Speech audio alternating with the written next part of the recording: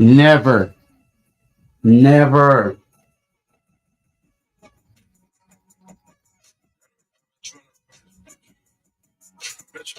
We can just cut this out the beginning. No, play it. Fuck it. What you two gonna do to it? They don't pay us nothing anyways. How you gonna demonetize 55%?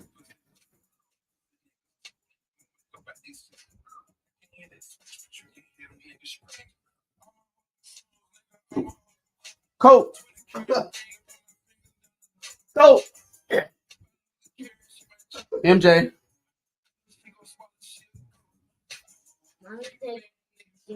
Okay, go ahead.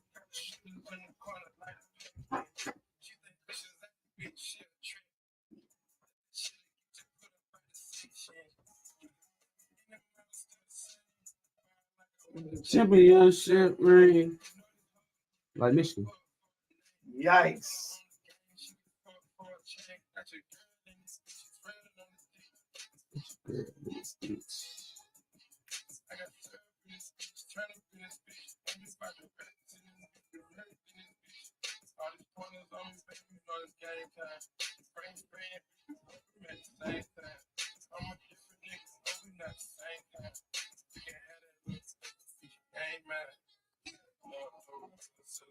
Is you like that?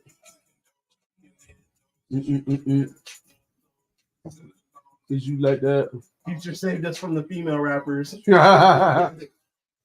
and Metro. Him and Metro. See, niggas is out here talking about tweeting deleters. Talking about all those tweeting deleters. Niggas got tweeted and deleted. His next. Get it. Money, power, respect. On the check.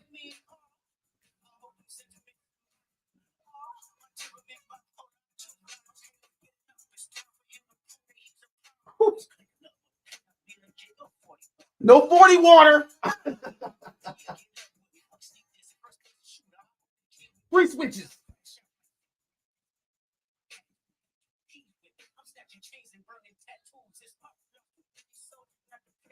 Dre got tattoos. Andre 3K. It's just 3B. Your best work is a light pack. Getting buried. Cemetery. Did you like that? The album is fire. Metro brought like it with the beat. Metro always bring it with the beat. Did you like that? Is you like that? Is you like that? Is you like that? Is you like that? No, I gotta let you go.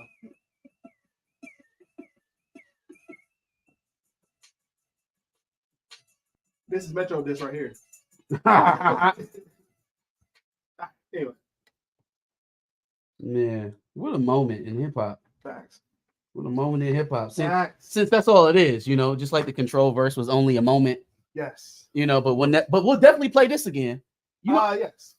You know what's the ironic thing? Ever since that nigga said that in that interview, every diss that's went against him has been memorable. Yep. Dream Chasers 3. Story of Adidon. Story of Adidon, and then now Like That.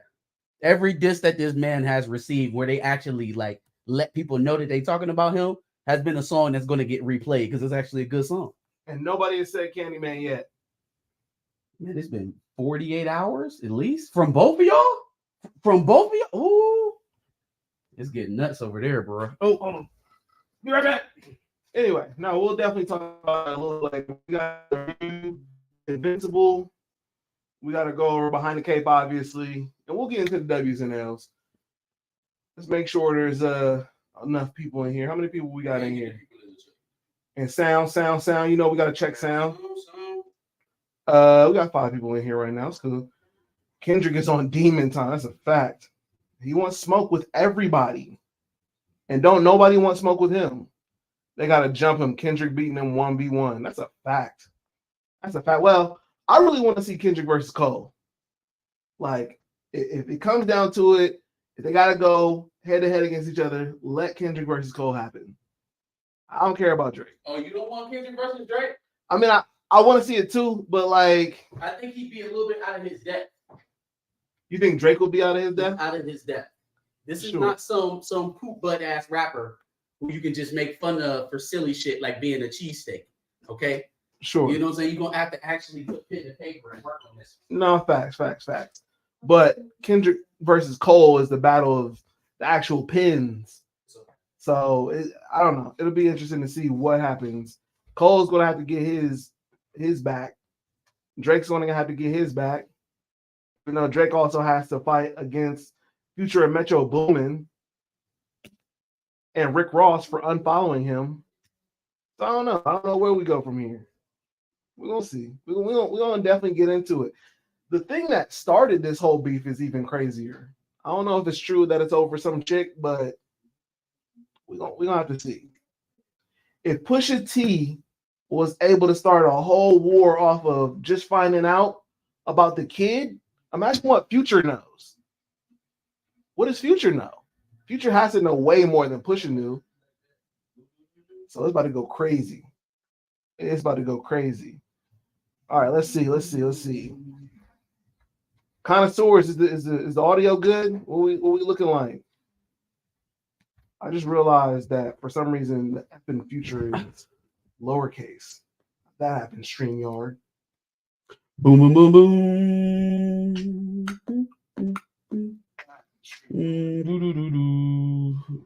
Now. All right, hold on. Connoisseur, critical mass. What's going on, fellas? All right, we starting off with Invincible. Sure. All right, Invincible. Once again, I did not write the episode name for it. What is the episode name? I don't know. Invincible season. Oh, you 2. literally didn't write it. I thought you were apologizing for a bad episode name. No, last week I didn't know what the episode name was, and this week I don't know either. Invincible season 2, episode 6. Okay, so we started off with the Guardians, and they're fighting the Sequid villain thing, and obviously things look like they're about to get grim, but then somehow Invincible saves the day. Great, awesome. On the other hand, Rex took a whole point-blank bullet to the head. Rex is the man. Rex is the man. So when he survived, I thought, or when they didn't show him get shot at the end of the last episode, I'm like, all right, this is something crazy about to happen to Rex. Like he probably gonna turn heel or something like that. But then, boom, right in the back of the head. I'm like, damn, they killed Rex too. But then, for some reason or another, maybe there's just so much extra room up there for Rex. Right. That it just missed anything crucial. And he was able to beat the man to death. Crazy. Insanity. And then old girl ain't dead either. I was going to say, Shrinking Ray also made her way out of Homeboy's body. Confirming what I said last week about that death in general. It never made sense for her to die. Well, maybe they knew that and they were just like, all right. But it makes even less sense. Like, what was that glop of blood that popped out of his mouth when he bust all that stuff down? His kidney. Okay. Which is located in your neck. Yep. Mm-hmm. After an intense space fight, the team gets back to Earth and find out that the rest of the team didn't fare so well. They find that Duplicate is dead, and Adam Eve is watching Rex on a surgery table. Man, I could have sworn that Duplicate and Immortal was low-key like a booty call.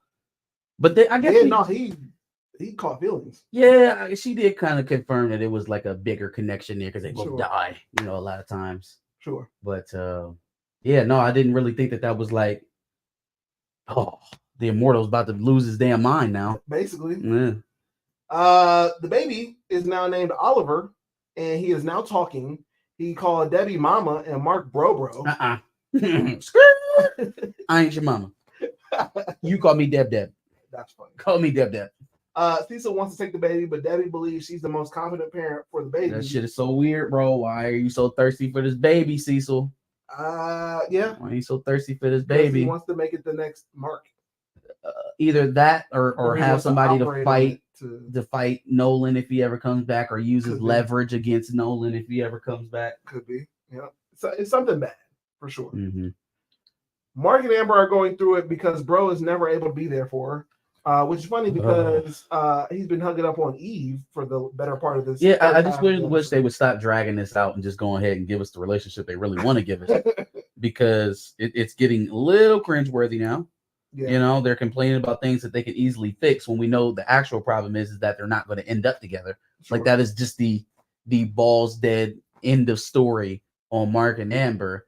Yeah. So like, let's just get there. Let's just get there so we can work some of these other angles, serious like superhero life angles. Because right now you've already decided that Amber can't exist in Invincible superhero world, and you've already pretty much chalked up the part of Mark's normal life right after season 1. So let's move on.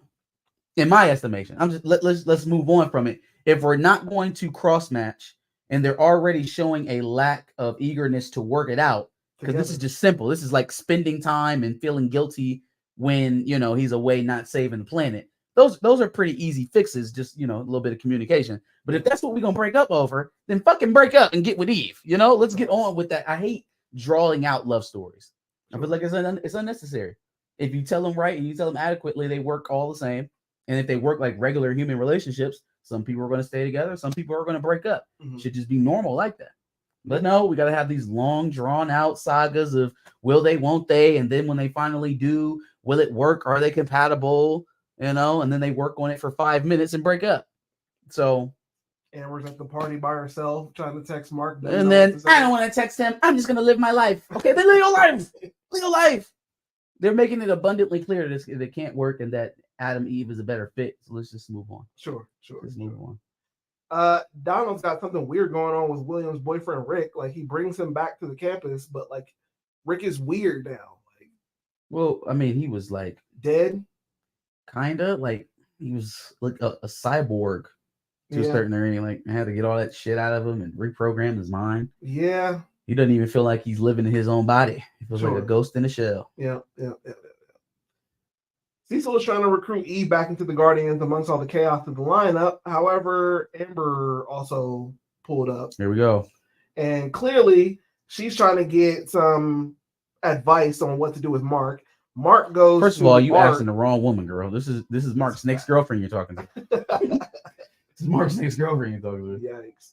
And Mark is consulting Art, but they clearly need to be talking to each other about whatever the fuck they got going. Crazy prediction. So Mark's going to break up with Amber, obviously, or Amber breaks up with him. Whatever. He gets with Adam Eve. Amber's going to date another superhero and work it out. Rex? Yes. Amber's going to date Rex. It's going to work totally, and there's not going to be any issues. I can see it. It's going to be perfect. Either Rex or one of the black ones or Immortal. Can't be Immortal. Immortal needs to find somebody that can duplicate though. Well, he can't find no more humans. He got to find another immortal person. Yeah, for sure. Mark finally reads his dad's books and learns of the Infinity Ray and his battle with the Ragnarans, which alien find out Nolan is H.P. Lovecraft. Yikes. Alan the alien shows up to Earth and gets greeted by the Immortal, who just got told to go on an extended vacation. After turning him around, Alan tells Invincible that they need to talk. Yeah, that nigga was tripping. Yes. He was bugging. Hey, but did you notice that Alan was like toying with him like he was a kid? Yeah. Alan got stronger. Yeah. Alan got a lot stronger now. Yeah. So now, similarly, how the Immortal can't fuck with the Viltrumites, you know, Invincible or Nolan, he can't fuck with Alan. So maybe Alan truly is getting closer to being able to actually fight Viltrumites. Oh, for sure. Like I said, Amber is at the party and can't find the right words to say to Mark. Meanwhile, Mark is in the dorm alone with Alan with a sock on the door, which is nuts. Alan tries to convince Bro to help him in the fight against the Viltrumites. Mark turns it down, but after giving Alan books to scan, Mark says he'll be there for the ultimate fight. Okay. Well, I guess you didn't even really have to pull up. These niggas don't have no phones. They don't have like some type of communication intergalactically, like a beeper, something. You got no email, fam. Can we chat real quick? Yeah, man, you gotta break intergalactic borders, approach the planet. Yeah, we sending nukes at you. We sending the Immortal. That's the equivalent of a nuke. Yeah. Fam, just call me. Nah. Here's my number. Especially since you can talk to people telepathically. Hold on, fam. Like, send me an SOS, something. Nah, I can't do it, bro. Write some letters in the sky. The Viltrumites give Omni-Man a chance to rejoin, but he stays quiet, leading to a slight beatdown. Seems like the Viltrumites have an extra beef with Earth now. The Shapesmith now has the Sequid controlling him, and in a post-credit scene, Angstrom Levy. Nah, it's not the Shank Smith. That's the actual astronaut. Was it the astronaut? Yeah, he threw it up. It went inside of him and it just stayed there and waited until he got back to Earth. So they're really about to be fucked. Oh, damn. They're about to be fucked. Yeah. Want to start repopulating. Now they're gonna have to fight those things on Earth. And in a post-credit scene, Angstrom Levy gets a suit to visit an old friend. Angstrom Levy. What happened? Big black guy. Oh, yeah. But we forgot about him for the longest. Well, Sterling K. Yeah, Sterling K. Brown. Yeah. We forgot about him because he just been chill. What the fuck has he been up to? I thought he lost his mind. No, his head got deformed. Like sure, but he lost his mind because now he's all of the realities are like meshed together. Literally, he lost his mind. Yeah. I don't know. And then the twins, where are they at? What happened to them? We see them at the very beginning of episode 1. No, yeah, the beginning of the season. What happened to them though? No, we just saw they like got their face blown off. One of them did, and he was trying to help Langstrom too. And then he got paid to help Langstrom. I'm saying, like, as he was like going off, when he first opened that portal, he had the big ass head and he blamed Invincible. He's like, "No, that's your fault. I told you not to do this dumb shit." Yeah. And then he just bounced on him, and we haven't seen him since. Yeah. They gonna pop back up. Well, now he knows who the clone is forever now. So now forever. The main one has a slave, basically. So that's all we know for the time being. Right. Any other thoughts on episode 6? We didn't really go too far. We didn't do much of anything in this episode, honestly. Other than seeing the fallout of the mid-season break. Oh, I know the big stuff that happened in the mid-season break, like how they got off the ship and defeated the Sequids. Oh, yeah. Also, how the hell they got around them damn Martians. Them Martians sweet. Them Martians are so sweet. Like, we standing right here in your face, and you telling us that this thing got to die. And we somehow made it around you without losing a single member onto our ship, and we're fleeing. And we were outnumbered because there was like 5 ships to 1. Man, we are on a Martian ship. There's no way we should have even got off of here. Y'all sweet. Y'all are cupcakes. Yeah. Unfortunately. Other than that, it was a solid episode. Shout out to Alan coming back. Agreed. Yeah, we're still dragging the whole Mark and Amber thing. Hopefully we'll get over that soon.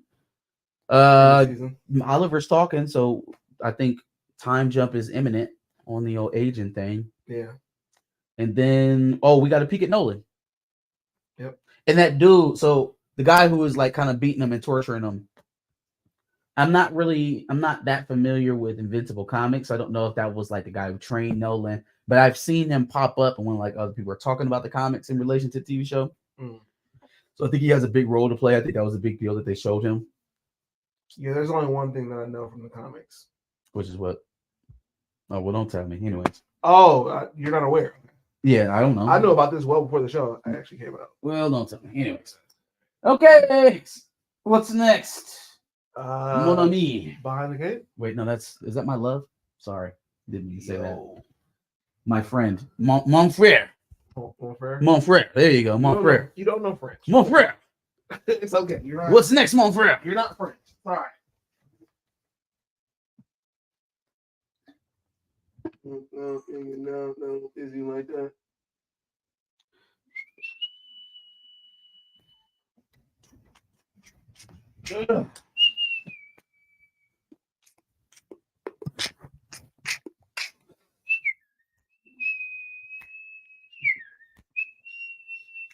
Oh, I bet you're doing the Carlton dance to it.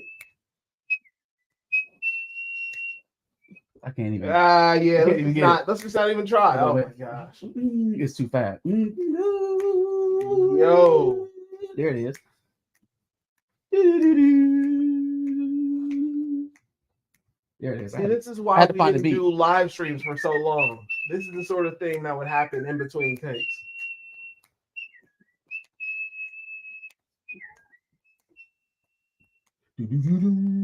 Anyway, Behind the Cape. X-Men 97, first 2 episodes are out. Yeah. Thoughts? I gave a lot of them on Twitter. You did. Right after I see some of them prematurely. Well, no, my official thoughts I only gave after. Oh, fair. Fair. Oh, yeah, you had a thread. Jesus, sorry. The animation is still throwing me a little bit. There are times where it's very good. There were some anime influences in here at times during the fight scenes, which make them look better. Yeah, which made them look better. Absolutely, colors really pop. For the most part, they stuck to everybody's original costume. Less that of Storm. We'll get to that in a minute. Sure. Let's stick to some positives. Cyclops is an absolute badass.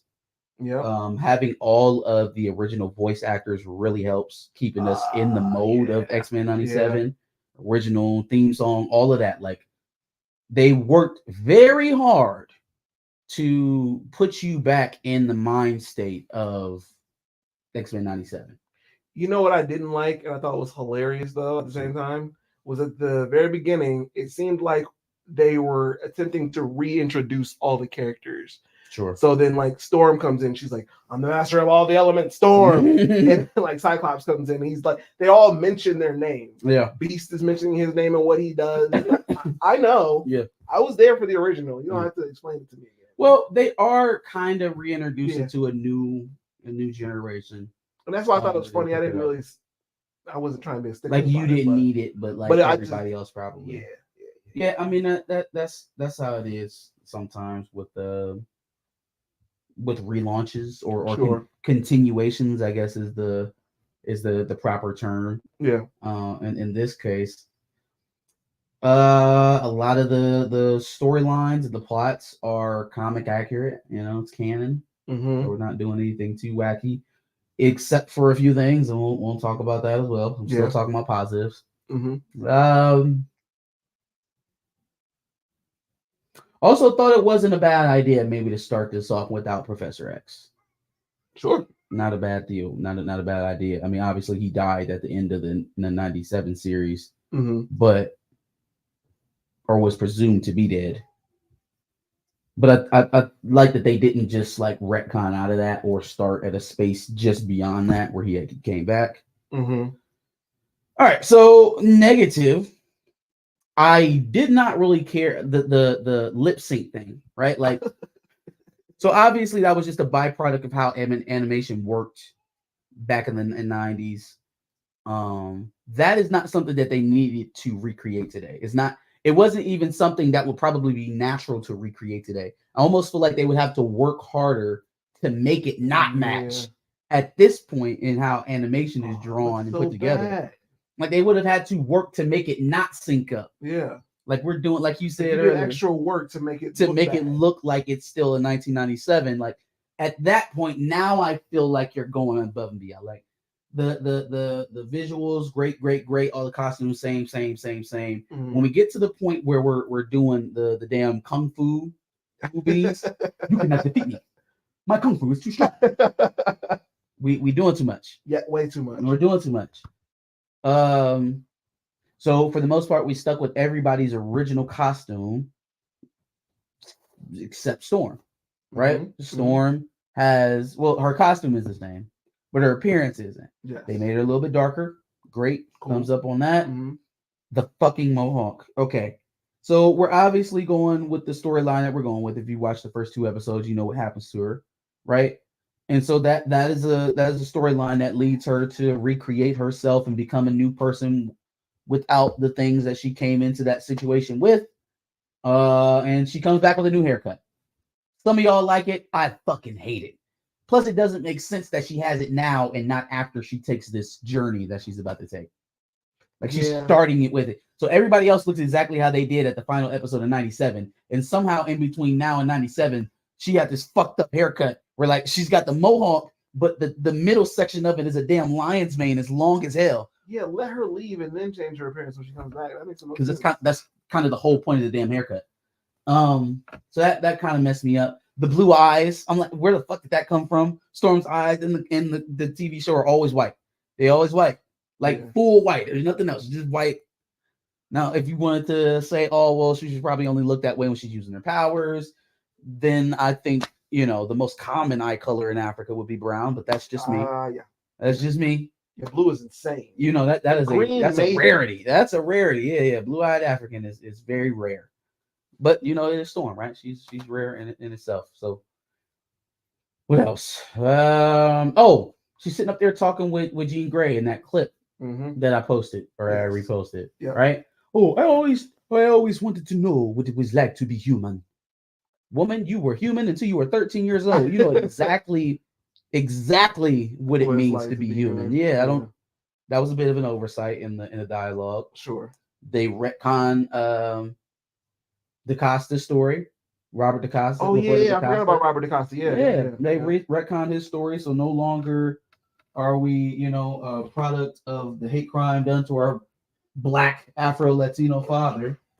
It's something completely different. Yeah, no, he's a rich kid. Yep, rich kid and all this other trash. He's brown as a peanut, A peanut is crazy. but like an unshelled peanut, like Um, the cashew. sure. I'm still excited to see Robert DaCosta though. Um, damn, you made me lose what I was gonna say. Damn it. All right, go ahead. They're kind of mixing and matching storylines too. Like it's all canon, but it's not in order. Is not the right thing to say. These things aren't necessarily connected to each other. Mm-hmm. So like I guess the Age of Apocalypse stuff, Madeline Pryor and Magneto and Rogue, all that stuff, that fits, but that doesn't line with the Uncanny X-Men stuff with Storm. That didn't happen at the same time. Yeah. So it just kind of feels like we're meshing it all in, and I would have rather him just pick one and go instead of trying to incorporate all of his favorite storylines at once. Sure. Because is that what you're going to be doing constantly as we go through the seasons? You like can't do that. Yeah, you're not going to tell every X-Men story ever told. So I don't know. It would have felt like a little bit more focused to me, and maybe a little less. But doing that gave you a lot of those shock and awe moments that are a little bit more familiar in the Prime animated stuff. Mm-hmm. So it was a give and take with that. They mixed and matched a lot of storylines, but at the same time, it did give you some of those moments that you weren't necessarily expecting from out of any product. So one other very small thing is as a kid, I never knew Gambit was of like Nolan's heritage. He's what? Like New Orleans heritage. You didn't know Gambit was from New Orleans? And so like hearing his voice, I knew it was like Southern, but it was also like it was just different. What did you think that he was saying? Well, I was a kid. Come on, shit. I was a kid, so I didn't know where it was or where it was from. So him cooking beignets in the beginning, or Mon Ami, hilarious. That would have just came off as some kind of French to me. Like I wouldn't even. Where else do they speak French in America? Right, but I didn't. You were a kid. I wouldn't have known New Orleans culture. You were a kid. Creole, nothing like that. But I feel like I remember them finding Gambit in New Orleans, if I'm not mistaken. It might have. I could be tripping. No, you're probably right. But I just wouldn't have put those things together. And to see him, like one of the first things he's doing is making beignets was nuts. My dog. That was crazy. My dog. It was hilarious. How everybody forgot that people wore those halter tops or those cutoff t-shirts in the 90s. Yeah. I don't know, like, how did that blow y'all mind? Y'all was people wearing them. Now you're losing your mind talking about Gambit is gay. It's really crazy. So the 40-year-old dudes now that are complaining about Gambit wearing a cutoff t-shirts are the same dudes that were in high school wearing cutoff t-shirts, black fingernail polish, listening to Marilyn Monroe and not Marilyn Monroe, Marilyn Manson and Ozzy Osbourne and all that other crazy shit. Because the 90s was the time of pop, hip hop. Yes, not hip hop. Well, yes, hip hop. But like the most popular genres at that time, you had pop, grunge, rocker, all that gothic shit. Like black people was even kind of dipping their toe into it a little bit. I know Nirvana. Black people weren't grunge. You were way too hype.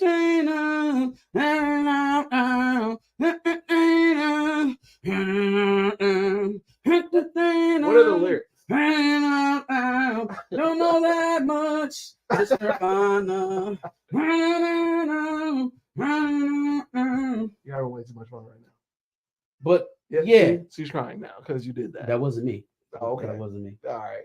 But again, it's mind blowing because again, the guys that were doing that shit in high school are now 40. They hate woke. Yeah. And anything that looks remotely gay is like a target. Gambit out here looking like Machine Gun Kelly is insane. Yo. Let's read some of these. Yeah. You got it. What up, Mr. Layton? Johnny O says X-Men 97 is very good. Connoisseur triple salute. My bad, I skipped yours. The Mark and E thing is dragging out for sure. For sure. I wish they would get on. Move on just a bit. Now Professor X went to space to be healed by the Shi'ar Empire. Is that what that whole thing was when he got like beamed up? I thought that was like his essence leaving. I need to rewatch 97. Or the not 97. I need to rewatch the original, yeah. Storm in the anime series looked cool. She did, but she didn't have. Wait, no, hold on. You talking about the anime series on Netflix, Perk? Because I think she might have had the fucking mohawk and that shit too. I don't get it, yo. Like, is it really that hard to draw black women? Yes. Because I like how Storm looks kinda at times, mostly when she was fighting in her costume. But when she was outside of her costume, it was like if I removed her clothes, right, her hair, took her clothes and her hair, and I zoomed in on her face, you would not be able to decipher whether or not that was a woman or a young man. Why is it so hard to animate and draw black women and make them effeminate the way that Jean Grey looks feminine? Yeah. Or the way that you know Jubilee or Emma Frost, I'm sure, is to look. Mm-hmm. Like there's no confusion. They're clearly drawn to look a certain way. Intentional. I'm just saying, dog. Yikes. Mr. YouTube 92, Blue Eyes is actually a trait of Storm. It's a part of her maternal heritage. Well, there you go. Teaching me every day. Had no clue. So I'll let the blue eyes go. I will never let the mohawk go. I'm not letting it go. It's unnatural. I'm not doing it. Will T, what up? Storm briefly had a mohawk in the original cartoon. Her pupils in the original look greenish, maybe blue. I got the green. Hey, Johnny, if you like the mohawk, you can have it. And I didn't say that the series was terrible. I just said the mohawk is trash. It is. It's trash. If y'all see a young, beautiful African queen walking down the street, and you was like, "Ooh, okay, I see you," and then she busts completely around the corner, and you see the whole side of her head is gone. You're not about to holler. You're not hollering. I don't believe you. Don't lie to me and tell me that you. Cassie, bro. No. She pulling off. No. Cassie has shaved one side. Oh, okay. No, she's trying to pull off the Mr. T. Nobody is dating a woman with the Mr. T. Oh, nah. Y'all don't want that. Don't play. Not the Mr. T. Connoisseur Triple Salute says because black women got to be scorned. I mean, I'm just saying, man. But don't let me yuck your yum, man. I'm actually enjoying the series. It's good. I'm going to keep watching, keep reviewing. I just had a few things that I would have done differently. I probably would have fast-tracked this a little bit sooner towards Krakoa and kind of, maybe bypassed a lot of the uncanny or Grant Morrison age stuff. But, is what it is. Is it? Yeah. You seem upset, bro. No, I'm not upset. Not at all. Not at all. Camera about to die? No. Still got a good amount of juice for the time being. Perfect. That works even better. What else we got? All right. Speaking of X-Men 97, Bo DeMaio was fired. Actually, I think that was last week. That was a couple weeks ago, actually. We didn't even get to it. So, but it may be because of his OnlyFans. Which is nuts. Literally. Okay. It's so arbitrary what they firing people for.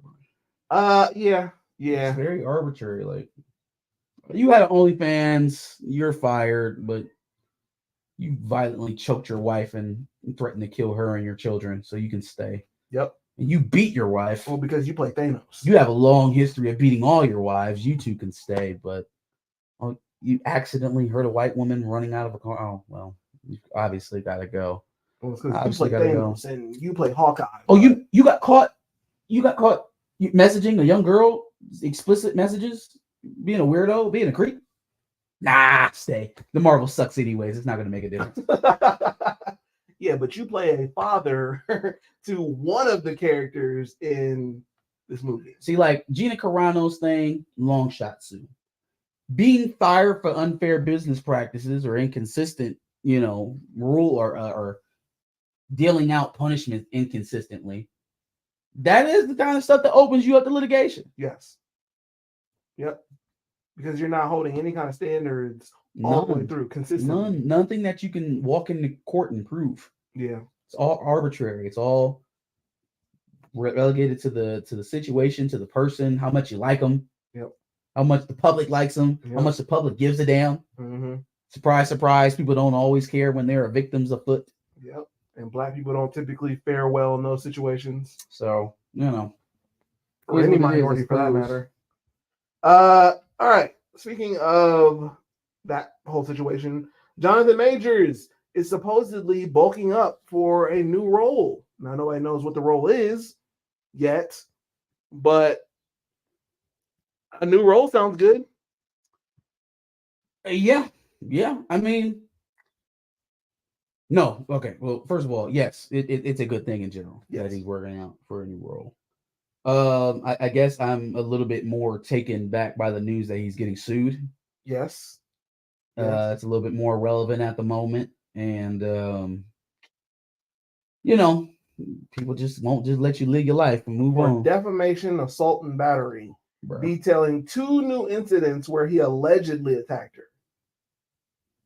It didn't really work for you the first time, so I don't know where we're going this time, but sure, let's try it. Hey, first of all, Johnny, you gotta relax. You have to relax. My man said we see the women with the shaved sides. You gotta relax. You have to relax. That's what he likes. Mrs. T is not the one for you, Johnny. I don't have to be Mrs. T is not the one for you, dog. Maybe he's into like Amber Rose. Amber Rose's whole head is shaved. Sure. Okay, acceptable. But having hair on the middle, the Mr. T, dog, you were never dating a woman with the Mr. T. No, you're not. No, you are not. You're not. That is false. I'm not. No one is. Who's dating the woman with the Mr. T? That woman cooks biker meth. She cooks biker meth and she rides a Harley. No. And she has a sawed-off shotgun on the side of it. No, she has 4 arms and she fights in Mortal Kombat. She's in the Hell's Angels and she always wears her cut. He said, I'm just saying we see them out here. They usually gay. Oh, I see what you're saying. I see. Okay, my fault. We just put a whole type on him for no reason. My fault, G. I understand now. I see. I got you. Yikes. Anyway, he had to clear that up real quick. I'm saying we see them. I'm something like that. I got you. Oh, you know who that, like, now we talking about it? It was a chick in fucking Orange is the New Black. She had black hair with the shaved thighs to kind of. Isn't her name Ruby Rose or something looks like that? She looks like Rosie O'Donnell if she went to jail for several years. That's crazy. It's crazy. Insane. Anyway, where were we? Oh, Grace Jabari. Yes, yeah. Suing Jonathan Majors for defamation, assault, and battery. So first of all, the battery shit, it's bullshit because we already tried that in court and that got thrown out. Yes. The assault, iffy, still up for appeal right now, and you just barely got over the threshold for a charge at all, and what you ended up getting was that he unintentionally harmed you. So yes. I don't see a group of reasonable people. Well, I mean, maybe, but not many reasonable people would look at that and say that you deserve a bunch of punitive damages for what amounted to as a felonious accident. Basically. Wait, felonious? Was it not a? Oh no, this was a misdemeanor. So a misdemeanor accident. Accident, yeah. Yep. And then the defamation thing, she would have to prove that it wasn't true, whatever that she's saying was said, and then 2, prove that he meant malice and that she lost some sort of reputational or financial value because of it, or that he said it, unless she's referring to like one of his interviews. If you look at, because I was on the screen with Chillmonger this weekend, and if you when we were reading through the documents, basically everything that Priya Chaudhry said about her. So then that's they actually defamation against Priya Chaudhry. They directly reference what she said in the final arguments, where she was like, "This case is about Grace Jabari's lies, and boy, does she lie." That's in the lawsuit. Again, She's directly quoting the man's lawyer in the lawsuit. that's insane. You want to know how much she's suing for? Oh no. Yes. I'll tell you if you're hot or I'll tell you to go north or south. Oh gosh. 1.5. South. 1. South. $500,000? South.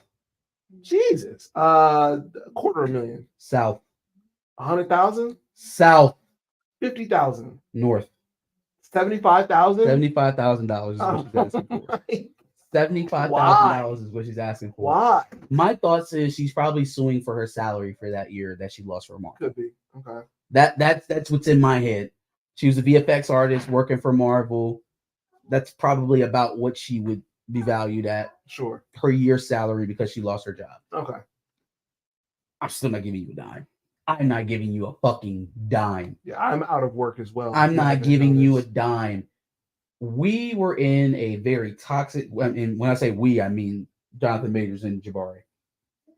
We were in a very toxic relationship where we were very dependent on each other emotionally, right? And they used that shit against each other as a weapon, and it all played out in court. Only Grace took that shit a little too far and started feigning suicide, right? Yep. That turned into the police getting called, and now she started trying to save her ass. And now you want me to put $75,000 in your pocket? Yeah. Bye, Felicia. No, Bye, Felicia. No. Yeah. No, you tried to paint me as an abuser. And It then when it didn't work, it got boiled all the way down to, well, he may have accidentally assaulted me, and now you're trying to sue me for assault and battery. You're a terrible person. Yeah, you're a terrible person. You're a bad person. Yep. You got off unscathed. You could have potentially been charged with. Oh, that was part of it too. The fact that was in the lawsuit too. The fact that he went and filed a complaint against her. Okay. That's in the lawsuit. Okay. Like that's not defamation, yo. He has a legal right to go report what happened to him, and he presented evidence to what happened to him as well. Mm-hmm. There's eyewitness testimony. Insane. To what he's saying. How could that be deemed defamation? I got a witness, I got pictures, I got a bloody pillow. White privilege. What about that is defamation of character? And then all the other stuff is shit my lawyer said in court. Yeah, no, she's looking for a payday. Come on, man, stop it. That's all it is. Fuck out of here. I'm not giving her a dime. Insane. Not a dime. All right. Grace isn't worth an old book of food stamps. That's funny. Oh, did you miss Johnny's comment? He said Michigan is still a champ. I sure did not. He said Michigan is still a champ. I responded. Anyway. Okay.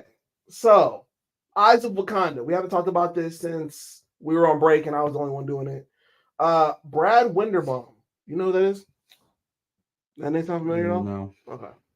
Brad Winderbaum reveals Todd Harris is directing the Eyes of Wakanda animated show. Boy. Not Ryan Coogler. Google Todd Harris right now.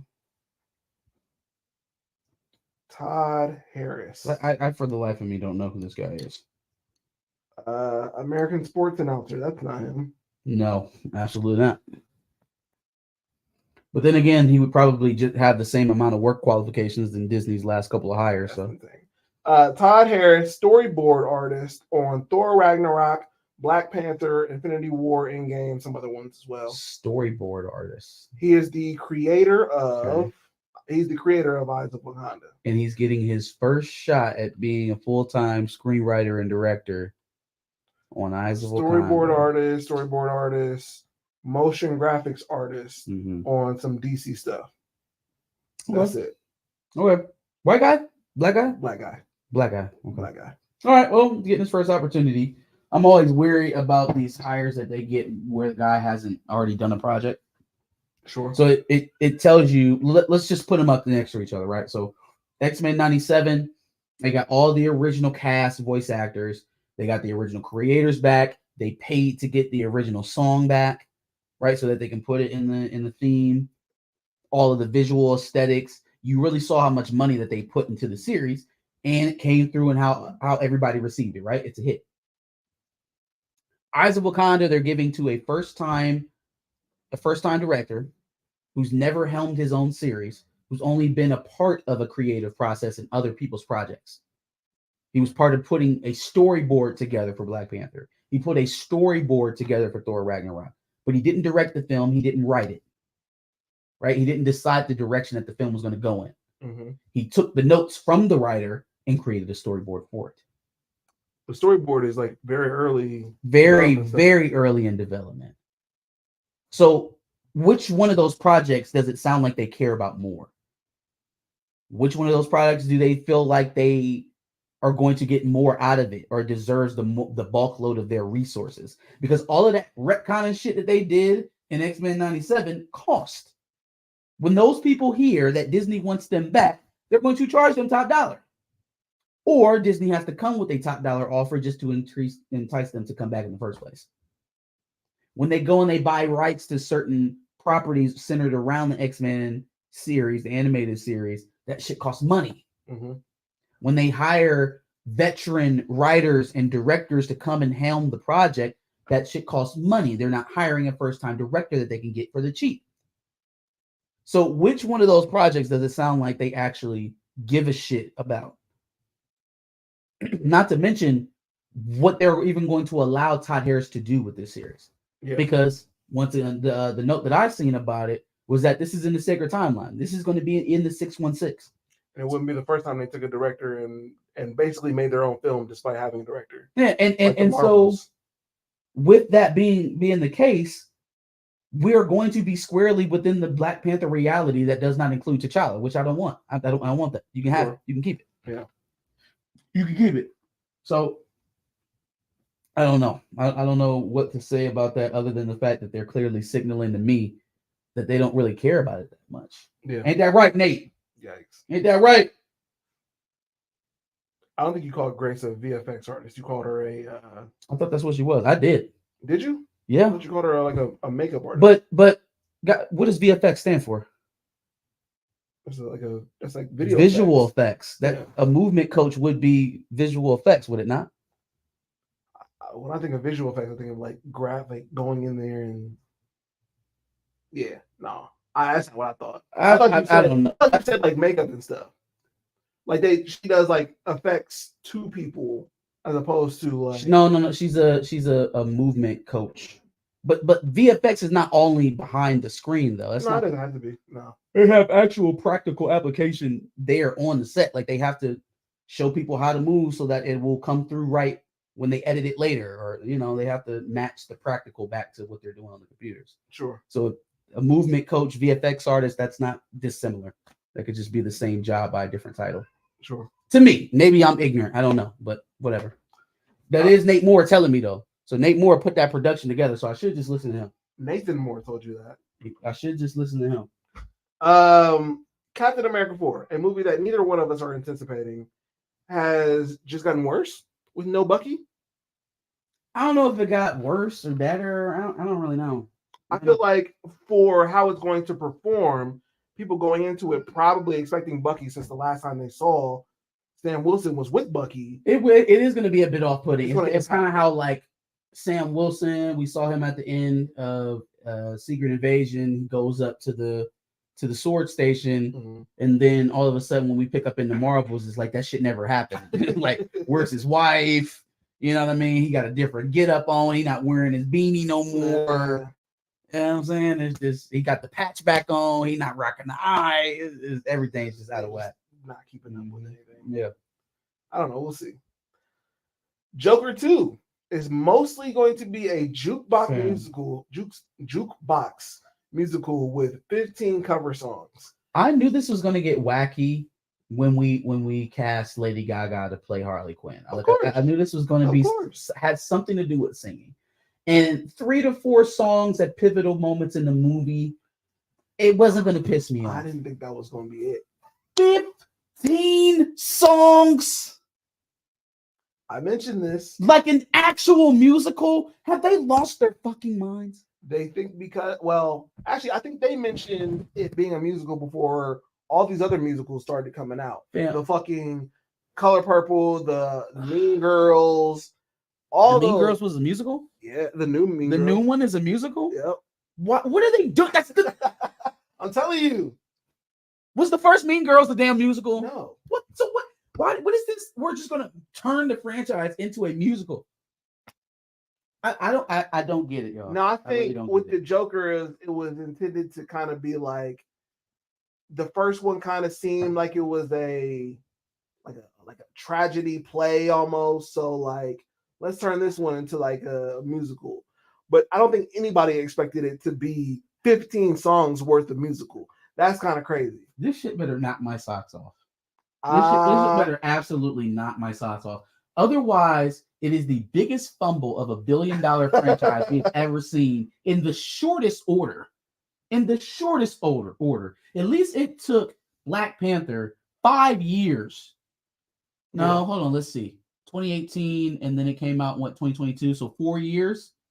At least it took Disney 4 years to destroy Black Panther. Yes. Okay. It took them. When did Endgame come out? 2019. To the Marvels came out in 2023. No, 2020. Yeah, 2020. Yeah, no. It came out 2019, and the Marvels came out 2023. Okay, so 4 years. It took them 4 years to destroy Captain Marvel as $1 billion franchise. Sure, but that one also shouldn't have been $1 billion. Like we all know, it's $1 billion because it was wedged between. Well, in any case, this will be more impressive than both of those feats. Yes, because there was just absolutely no reason to do this. Unless there's no reason. Unless they kill it. Unless they do, I don't. But why? I don't like nothing about the first movie said. You know what? A bunch of motherfuckers dancing around, singing in unison would really go nice into this right now. Nothing about the set everything off. Nothing about the target audience for Joker screams. I'm so confused as to who they think they're serving with this. Like, where's the intersection between musicals and people who want to see action?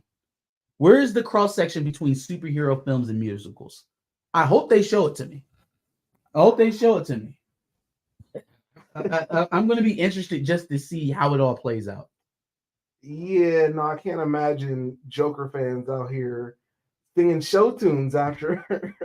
I mean, there are some really good songs that you can get people into, but I just feel like people expecting to go in to see a super villain movie, not superhero movie, a super villain movie, are not going to want to see him gleefully jumping around, dancing in unison, like especially some of the crazy right-wing incel fans that there are for Joker. I feel like, you know how Morbius saw all of the traffic they were getting online, even though it was negative, and said, let's re-release this in the theaters again, and then it tanked even harder the second time. So like they saw the memeability of that scene where he's coming down the steps, and was like, man, this is why everybody loves this movie. No.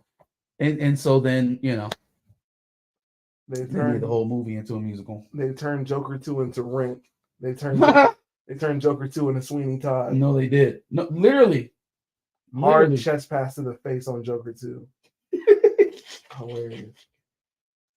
They're doing Bucky wrong. Dude should be leading the way in the newer movies. I would see, he's not even a part of Thunderbolts. No, that's crazy. Bucky's not even a big part of Thunderbolt, so I didn't really expect him to have a big role in Captain America. First of all, this was the Hawks movie. Okay? It was, but then they said, scrap all of that shit. Didn't we talk about it last week or the week before? Where they scrapped the Serpent Society stuff. I didn't know if they scrapped the Hawk stuff. Oh no, Ruffalo. Yeah, Ruffalo was like, I don't know. They don't know what they're doing with Captain America 4. They don't know what they're doing with the Hulk, Captain America 4. They don't know what they're doing with making movies. Are we putting out movies still? Are we still a movie company? Apparently. We talked about the passing of the Dragon Ball Z creator a couple of weeks ago. Now it seems like some good news from the Dragon Ball Z front is there's going to be a Dragon Ball Z theme park, which is crazy. Yeah, in Saudi Arabia. So I can't go, but it looks amazing. The trailer show that pulled it up was nuts. And the way that they pitched it was like it's the first entertainment city.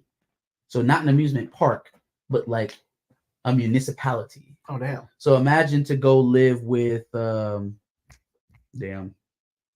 trainer. You asked me way too quickly. Son of a bitch. You asked me way too quickly. God damn it. Anyways, Master Roshi. Roshi, yes. Living with Roshi, and then you pop on down to over to Vegeta's spaceship, and we gonna bang on down to Earth and fuck with Boma and Goku and Gohan and all of them. We gonna kick it down there and literally just bounce around to all of the Dragon Ball Z map. Yeah. And we gonna go see what is Boma's dad's name? That I don't know. The dude, the human fighter. I know who you're talking about. With the Jerry curl, with the Jufro.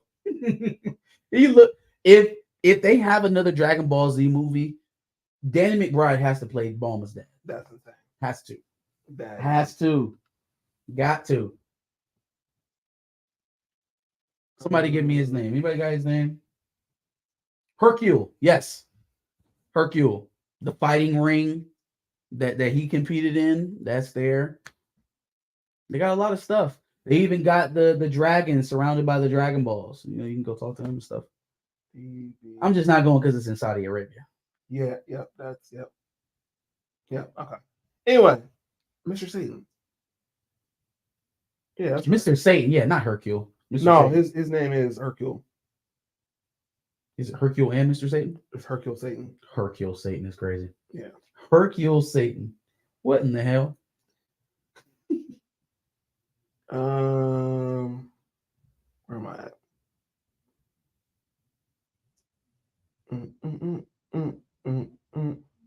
Oh, In a Violent Nature, the horror movie that's going to be told from the killer's perspective. That is cool. I really want to see that. Like, did you ever really imagine seeing a Jason movie just strictly through Jason's I would eyes? want to see a Jason movie through his eyes. Yeah. I think Freddy Krueger would get a little bit crazy. Sure. Just because he'd be popping in and out of reality. Yeah. But like a Jason or a Michael Myers movie, and like, but we don't follow the victims at all. We only follow Michael or Jason.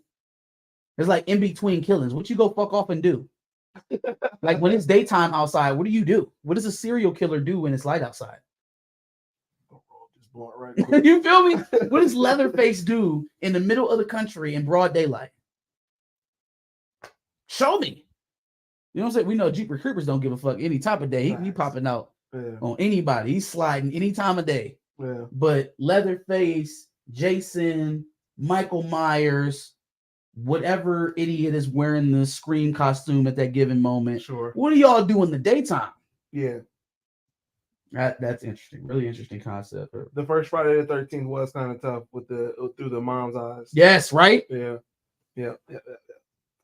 All right. The Acolyte trailer has displeased many people because the ratio is insane. The like to dislike ratio on the Acolyte trailer. Boy, 250,000 dislikes on a trailer is insane. That is insanity. Yes. That is insanity. It is. It's almost more insane than letting Harvey Weinstein's personal assistant spend somewhere around $300 million creating a series. Yep. That's going to probably bomb.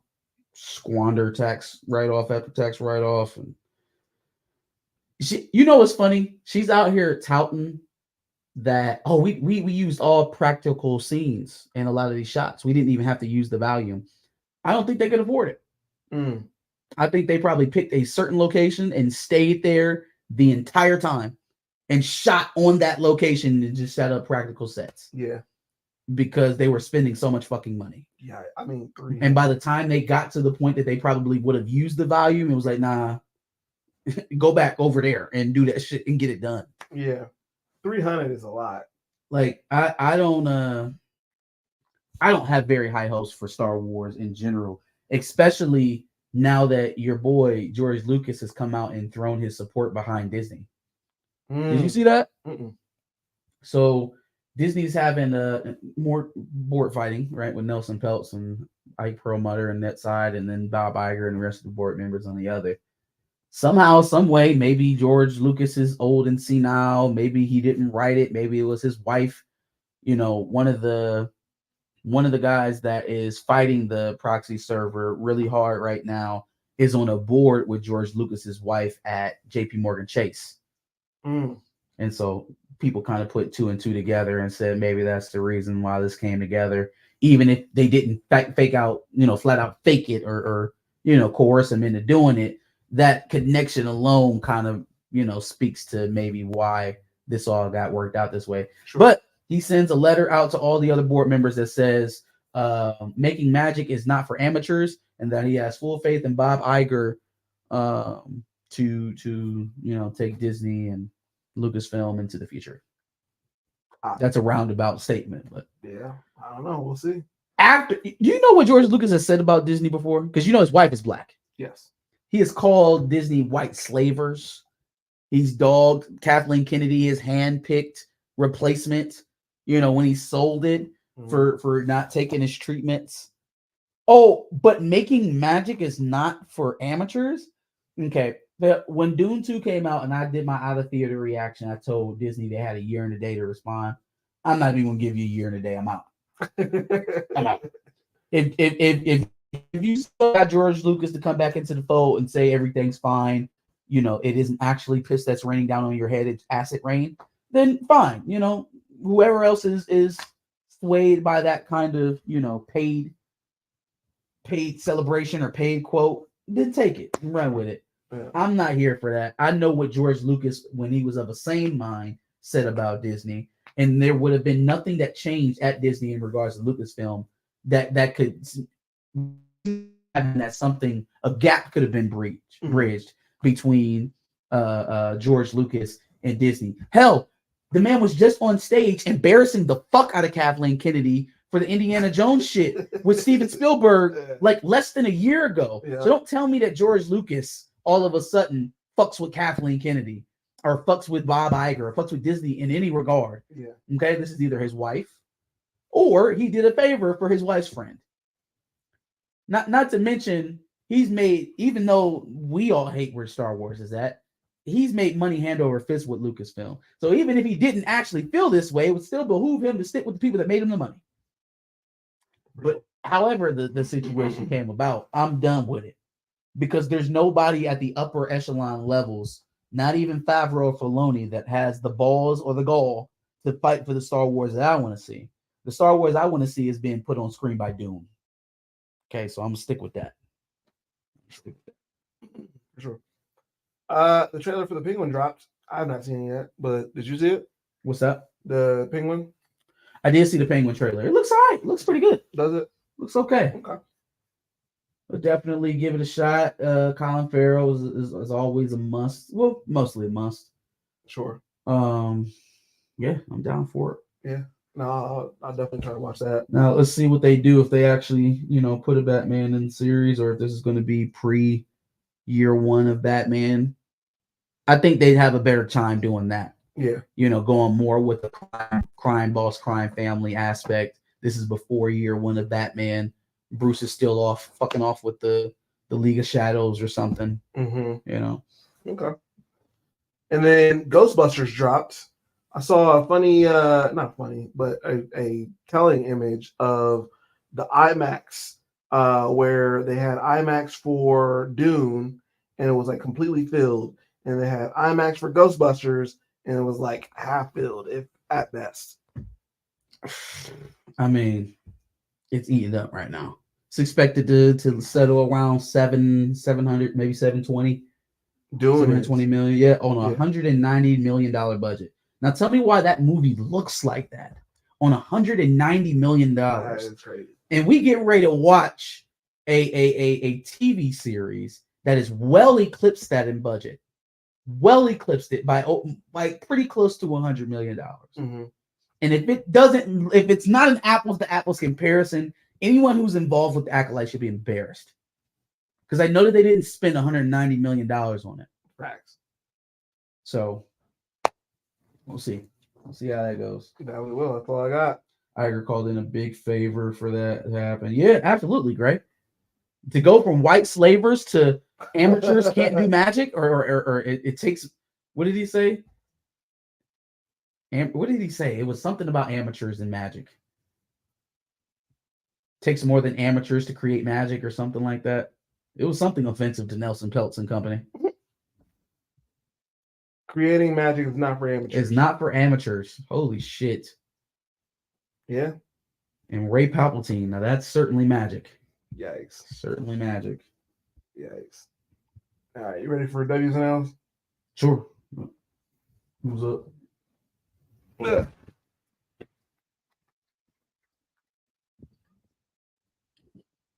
No. Is you like that?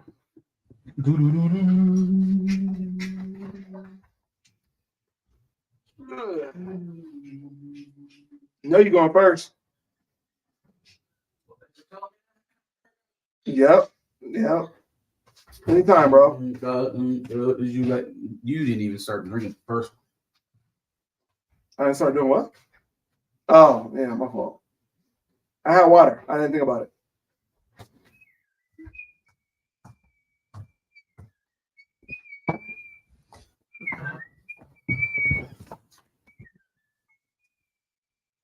Let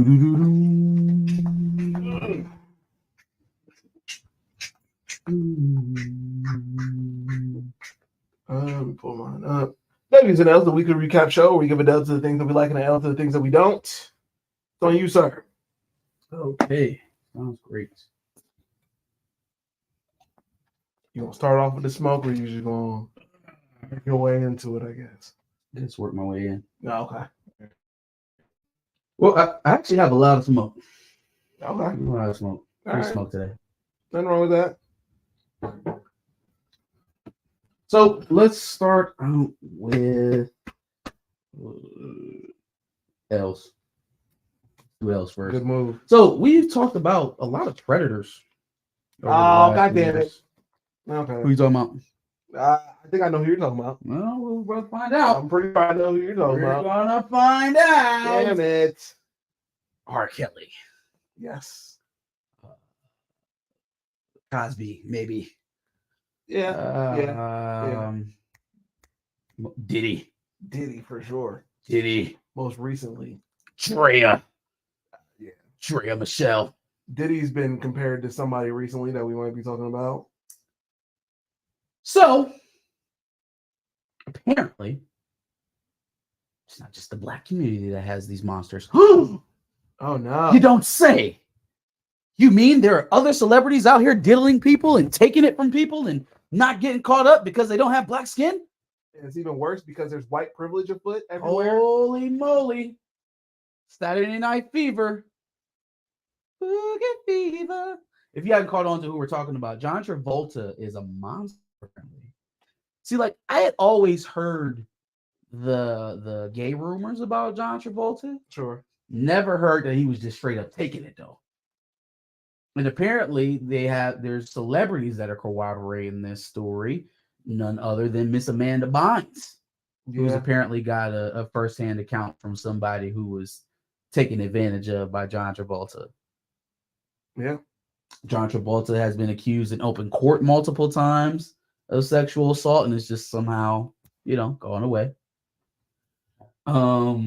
He got accused on like a cruise ship, I believe. I think I heard a Caribbean cruise. Man was wild. Yeah. Man was wild. Apparently, somebody walked into one of his dresser rooms or some shit like that, and he was in there going to town on some actor, and then the girl got fired. Yikes. So I think this may be a Hollywood culture thing. Yes. I think this is just a Hollywood culture thing. I think there are dudes that take other dudes, maybe not even for pleasure, just kind of for like purely predatory reasons in the entertainment industry. And just add John Travolta to the list. Let's just keep clearing out all the weirdos. I think 2024 is spring cleaning for the sexual deviants. Is that the only predator you have in this list at all by chance? John Travolta? There's more than John Travolta? Have you not heard the Quiet on Set shit? No. There was a 2-day documentary on all the shit going on in the Nickelodeon. Oh show. yeah. Dan Schneider. Yeah. Okay. Well, Dan Schneider, but then also Josh Peck's dad. I'm sorry. What? Josh Peck's dad apparently abused What? Drake multiple times. Shut the fuck up, bro. Shut up. Shut up. Why are they doing this to me?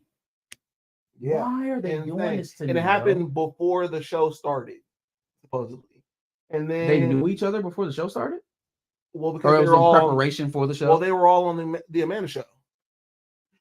And also, Brian Peck has been getting around all around Nickelodeon, apparently. So there's also that. Damn, Josh. I understand why there was beef now. I get it. Insanity behind the fact that, like, at some point, the All That crew was invited to Brian Peck's house, and he had a self-portrait of John Wayne Gacy, and apparently had been writing letters back and forth to John Wayne Gacy. John Wayne Gacy. Is that the Unabomber? No, it's the clown who diddled kids. And he had been writing letters back and forth to him. So he's got all these letters and shit. And he's willingly showing people who are at his house all this stuff.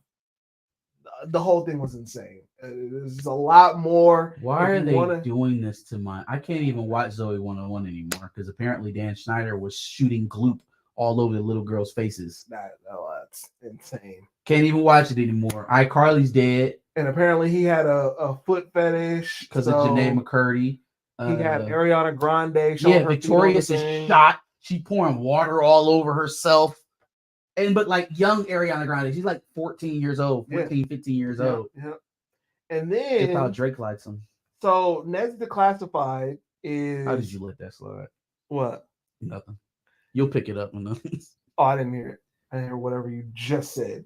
Ned's Declassified is separate from that. Like Dan Schneider. I was about to say, it felt like Ned's Declassified was they was just fucking each other on set, and everything else was normal. Yeah. But all the other shows, Jesus Christ. So they had a completely different creator, and Dan Schneider and all that wasn't behind that. So like, let them tell it. They were cool, like they were good.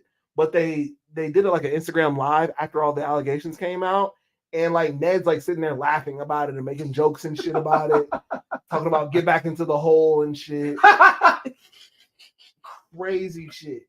And so he got a whole bunch of backlash. Had to apologize to Drake. Come on, man, that's funny. A whole bunch of shit. Funny. All that Nickelodeon shit is crazy. I don't think he meant any. Well, I don't know. I didn't see it. Maybe I'm taking it bad. Well, I mean, it's more of a read the room type situation. Like maybe not right then, came out, like just right and then that Tuesday he's making jokes about it because that also just strikes me as like that's who him and Mose are. Like they don't take anything serious. No, they don't. It's kind of and to be fair, he was like, all right, we shouldn't be making jokes like this at the same time. So he's aware, like, yeah, it's kind of fucked up. But yeah, that whole situation is crazy. Damn, Drake, that's crazy. And then hold on, so now your dad, damn. And he had to work with his son. Oh, and then okay, so Drake sues him and sues his dad. I need to tell you the worst, craziest part. But okay, so they're in court, right? Mm-hmm.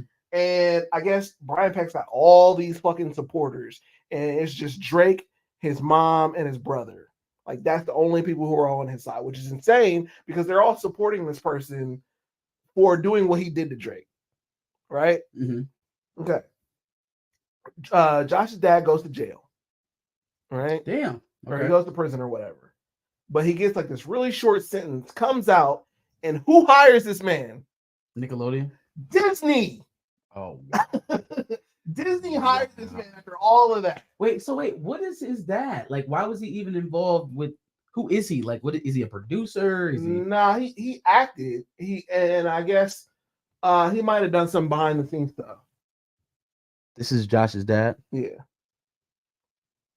So, former actor, dialogue coach, director, and producer. And then Disney hired and he did stuff behind Sweet Life, Zach and Cody. Okay. So they hired him for that. He just got out of jail. Yeah. It was sexual related shit that he went to jail for? Yeah, after all that. He spent 16 months in prison. For the shit with Josh. For the shit with Drake. With Drake, sorry. Yep. Did Josh respond to this? Let me see. Is it Josh's dad or is it like his uncle or some shit? They're related somehow. I don't know. But yeah, no. Apparently there is literally a rift between them two. And I would imagine so. And just now, like Josh is like reaching out to him and doing stuff with them. But yeah, no, it's crazy shit. There's a whole bunch of shit. But they had been had that riff, and I never even understood like why it was smoke though. Damn, they're fucking my Nickelodeon. I'm gonna have to put Nickelodeon in a box and just set it over there. Jesus Christ, what are we talking about in the chat, y'all?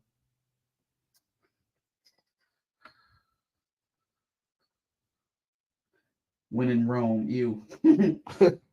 That Nickelodeon shit is crazy. Hell yeah, crazy as hell. They fucking up my whole childhood, man. Crazy. So crazy. All right. Oh no, it's me. Yeah, I thought we were on that shit. All right, next L I got is going out to Adam Silver. Okay. Adam Silver was on CNN. He was on Charles Barkley's show with Charles Barkley and Gail. Jesus Christ. First of all, side note, cable television, cable news, is dying hard.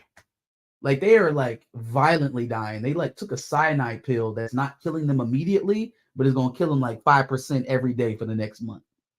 That's how they're dying. Yeah. They're just, why the fuck is Charles Barkley on CNN? I ask you again, why in the holy hell does the man that talks on NBA TV like this? Let me tell you something. Let me tell you, Ernie. Let me tell you something, Ernie. You gotta play all the games. You can't just come out here and the thing is, back in my day, you couldn't just do this. You couldn't just come on here. I think the players should play more. I think they should play more. And if they don't want to play, then they don't have to be in the NBA. They could just be mailmen. Okay? But you gotta play. You gotta play. The man who can't finish a fucking thought on basketball should not be talking politics on CNN. Sure.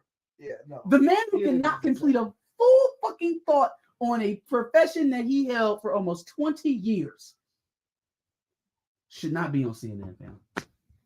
Should not be. They let Herschel Walker run for office, so. Anyways, back to the story. Adam Silver is getting the L because he essentially waved the white flag on that TV show around the All-Star game. He's like, yeah, we're going to look into some more of that. The Steph versus the chick from the WNBA, the shooting competition, the girls versus the men. We're going to look into, America versus international. But I think we've kind of gotten past the point of having a competitive game for that. Well, then, fam, first of all, make it free since it's no longer competitive because I only pay for competitive basketball. Yeah. Like nothing that they want to do. Oh, it's a break for the players. Then give them a fucking break. No one is requiring you to put this cash grab of a weekend on every year. You don't have to do it. You can literally give these niggas 2 weeks off in the middle of the season and we'll just fuck off. I promise you we'll be okay. Well, the reason it was a cash grab is because everybody actually found it entertaining and it's not anymore. There's nothing about it that's entertaining. They keep trying to Frankenstein it into being even worse than last year. I'm just saying, if it's not going to be competitive or entertaining, because if it's not competitive, it's not entertaining. Sure. It's like an all-star game itself. There's no way of getting around that. Like the skills competition was probably the last thing that they were able to do leisurely that didn't necessarily look bad because they weren't trying hard. I guess 3-point contest is kind of like that, but you can't not try hard and do 3-point contest. You actually have to try and make sure. No, some of them do, and then they end up losing. Well, the ones who actually compete. Then I was gonna say, then they end up looking silly. Yeah. When the big man go out there and start fucking, when Cat go out there and try to fucking compete. Okay, go out there, and if you lose, you lose. Yeah. DeMarcus Cousins did it 1 year, I think. Yep. But in terms of them just kind of giving up on the idea that these games are going to have players that actually try hard, there's several different things that you can do. You put an age limit on the All-Star. Like eventually you can age out. Or you can be a certain tenure in the NBA before you can even be eligible to be a part of it. Add some more prestige. Okay. You can tie some real life playoff implications towards it to kind of force them They had at one into point. doing it. You know what I mean?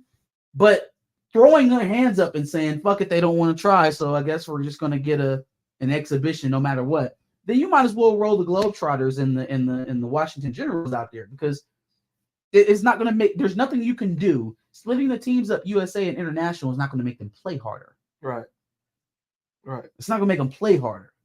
Now, all of them niggas greedy because they played their ass off in the play-in tournament this year, didn't they? Yep. Played their ass off. The Lakers played harder in the fucking play-in than they did the rest of the season. Yeah. The Lakers played harder leading up to and during the play-in tournament than they played the rest of the season. So offer them some money. Offer them a cash prize. 50% goes to whatever charity they deem of their choice, and then they split the rest. Since that's literally the only thing they give a shit about. Only thing. That's it. It's money. They don't care about the prestige. They don't care about the accolades. They don't care about your legacy. Well, most of them don't care about legacy. LeBron does. But money. It's the only way to change the calculus here is to put a big fucking pot of money in the middle of the floor and tell them to go get it. Sure. Yeah, I don't see why you don't do that. But throwing your hands up and saying I give up is weak as shit. That's pretty weak. You need to incentivize them to want to play hard. Yeah. Or even if it's the slam dunk contest or 3-point contest, incentivize them to do better in those things. Put a big ass pot of money in the middle of the floor and tell them go get it. It's the only thing that's going to make them play. All right. Millie Bobby Brown is getting an L for me. So, streaming has made a lot of advancements over the years, right? We've extended libraries, we've added platforms, capabilities. We're adjusting the outputs now. You can even get all the way as high on some apps as 4K streaming. Yes. Right? Which means things are coming through crystal clear. We're seeing things in real time on our screens that we were never able to experience in other generations as human beings. Mm-hmm. Right? The colors are so much more vivid. The movements, we captured everything. Yeah. Every last detail. Everything. Have you seen the Millie Bobby Brown has a movie out on Netflix called Damsel. Okay. Right? And I'm assuming it's probably one of the higher resolutions. It's got to be 1080p or 4K. Mm-hmm. But if you look at like the preview card for the movie, and you like look real close on your screen, you probably have a big enough TV. You can see her lace front on Netflix on the title menu. On the title menu, you can see her goddamn lace front. Yikes! That's some shit I pay for. Yeah. That's some shit. Hey, look, you telling me the resolution is so good that I'm going to be able to see the wig on the actor in the preview? That's insane. First of all, screw whoever edited the title card. Because how the hell did you miss that? How did you miss that? It's a guy that doesn't know anything about lace fronts. Second of all, Millie Bobby Brown, you need to get some sisters to set you with. Because clearly, whoever set you up they ain't have you looking right. It was lifted all right here. I could see the bumps. That's crazy. That is crazy. Get some sisters to help you with your lace front. Yes. Millie Bobby Brown. All right, next L I got is going out to Coach Prime. Oh, shit. Yeah, Coach Prime is getting an L for me because I think what he's saying right now about Travis and Shador and Shiloh going into the draft and him picking their spots, i.e. like the Manning family did back in the day with Eli, I think that's a mistake, man. I think that's a mistake. First of all, the Eli situation with San Diego and Phillip Rivers, that working out the way it did is a 1 of 1. That's a 1 of 1. Show me some more examples of a guy refusing to go where he's drafted and it working out. I mean, I know there was some talk about how Michael Jordan didn't necessarily want to go to the Trailblazers because of Clyde Drexler, and that's why they ended up taking Sam Bowie. Mm-hmm. At the end of the day, you draft the best player. And Michael Jordan wasn't going to dictate his way to go anywhere. There was some talk about that. Eli. No, that's the point. That's what he said. That's who he referenced was the Manning family and Eli. Yeah. But again, Eli, until he won that first Super Bowl, they were until he beat, and I'll grant him, I'll give him every bit of credit that he deserves because he beat the best football team in NFL history never to win a Super Bowl. That was the 50 touchdowns in the season. Mm-hmm. Tom Brady throwing to Randy Moss. There will never be another offense like that in NFL history. Yeah. And he beat that team. So I won't take it away from him. Mm-hmm. But up until that point, there was nothing that you could hold up with Eli Manning versus Phillip Rivers that said that was a good decision by the Mannings. Nothing. There was nothing to point to say the decision they made to force themselves out of San Diego so that he couldn't play with LaDainian Tomlinson, so that he couldn't play with Antonio Gates, so that he couldn't play with Malcolm Jenkins, so that he couldn't play with Junior Seau and that defense that they had out there at San Diego. He probably would have made it to the Super Bowl sooner. Yeah. Yeah, he would have. Well, because the only thing he would have had to do is win that one game that he won against Tom Brady in the playoffs. Yeah. Which is something that his big brother couldn't do at all. Mm-hmm. So, yeah, I'm saying it worked out for Eli Manning. By the grace of God, it worked out eventually. First of all, he thinks that either Shedeur or Travis Hunter is going number 1 overall. No. Fam, no. No. No. No. No, absolutely not. First round? Not first. Can Shedeur be one of the first quarterbacks taken off the board? Yes. Sure. Yep. Could Travis Hunter be one of the first quarterbacks taken off the board? He will be. He will be. If he's not the first, he'll probably be second. It'll be him and Will Johnson. Especially with the ability that he has, the versatility, I should say. Yeah. But first of all, a cornerback telling you that he's not going to go to a place where he's drafted is insane. It's insane. Travis Hunter's not better than Sauce Gardner, and I don't think Sauce Gardner could talk his way out of going to the Jets. Travis Hunter is not better than Sauce Gardner, and Sauce Gardner could not tell the Jets to fuck off and not draft him. Or he could, and then he would have slid.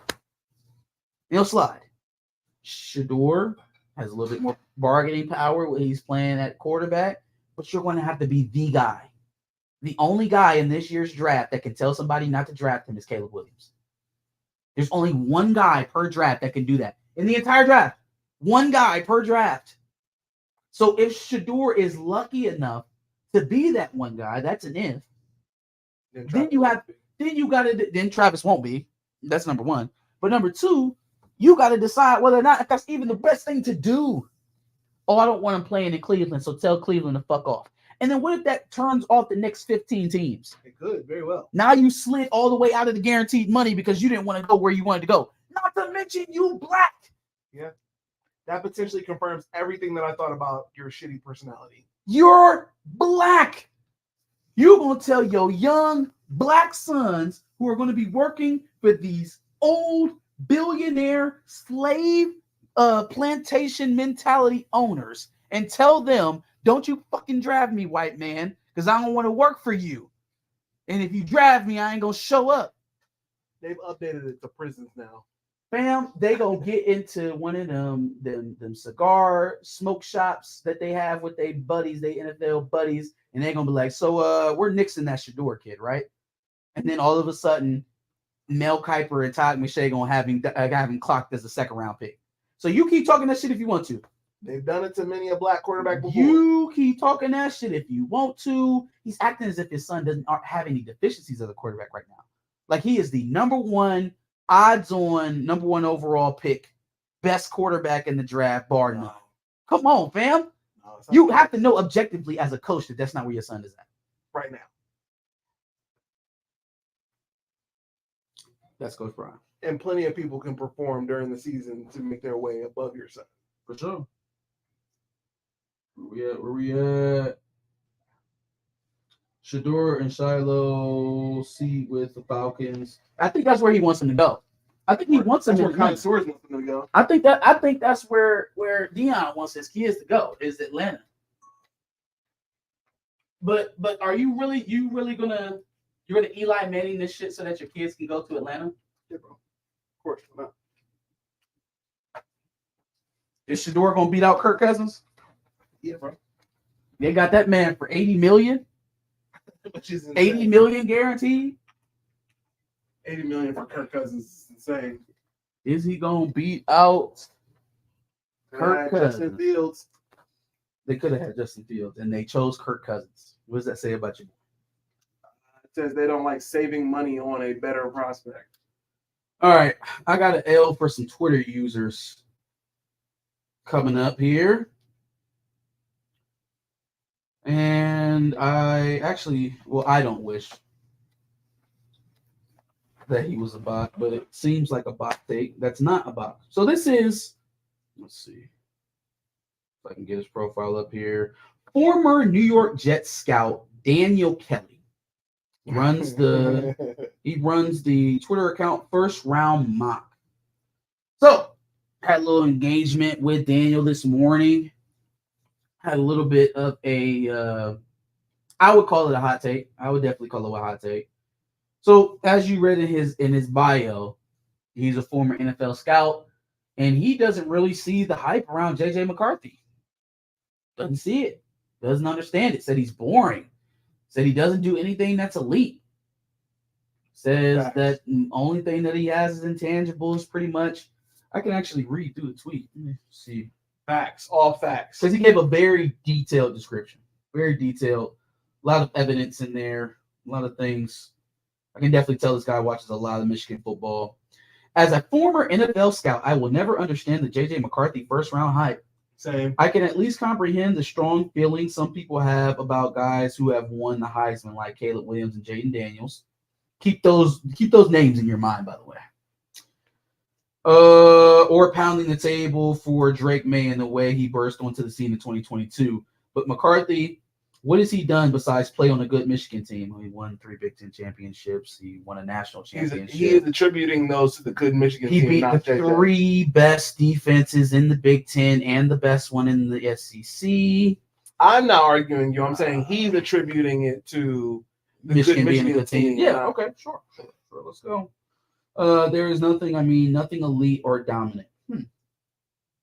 Interesting. Okay, we'll come back to that. Nothing elite or dominant or special about J.J. McCarthy and his game film, 0.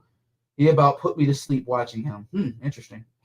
Where are all the big explosive plays? This guy sounds like a commenter on a YouTube channel. Where are all the big explosive plays in the passing game? Where are all the dominant runs? Are we talking about running back or quarterback? I want McCarthy supporters to crush me with supporting first-round evidence.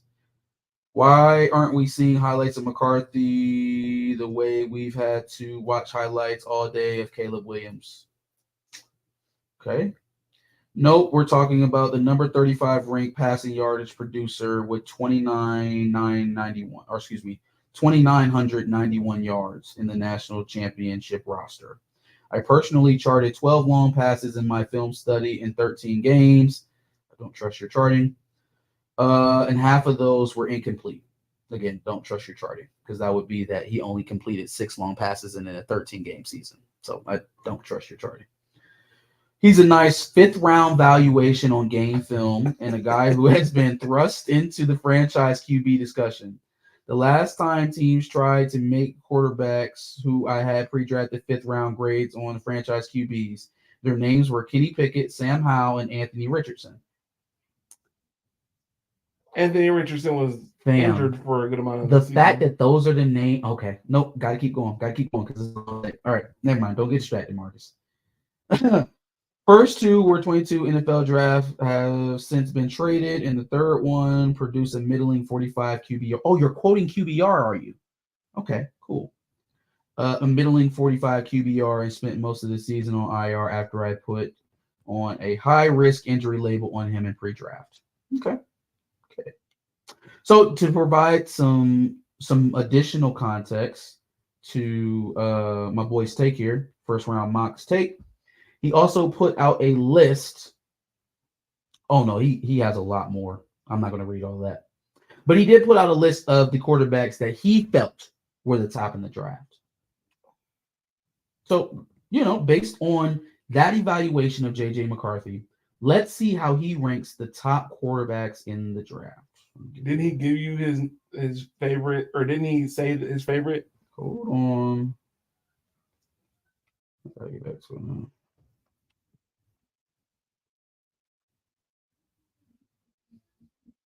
I think he put it under somebody else's comment. It was like a reply. Yeah. Oh wait, did I retweet him? I think you did. I did retweet him.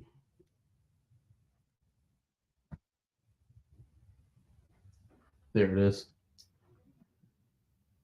Oh, so here's a beauty. He thinks the best quarterback in the draft this year is none other than Spencer Rattler. Yep. Yep. Spencer Rattler is the number one quarterback in the draft to this game. Spencer fucking Rattler.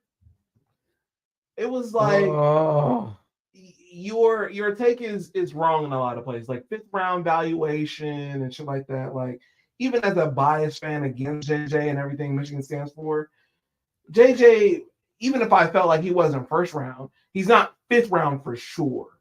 And although he's not spectacular like Caleb Williams is in certain plays, he's not like a super playmaker at quarterback. He does what you want him to do as a quarterback. I think he might have deleted his article, or I'm looking in the wrong place. I don't know. Yeah, he definitely does what you want him to do as a quarterback, which probably increases, where he falls in the NFL draft. But this, it's fine that I can't find it because I at least remember the top 5. So, number 1 quarterback, he had Spencer Rattler. Number 2, he had Michael Penix.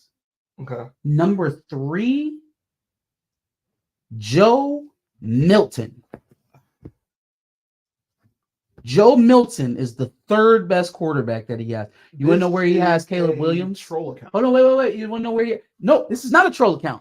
This is a former NFL scout for the New York Jets. This is okay. A troll. This is a former NFL scout for the New York Jets. Joe Milton. Okay, Joe Milton is the 3rd best quarterback. You want to know where he had Caleb Williams?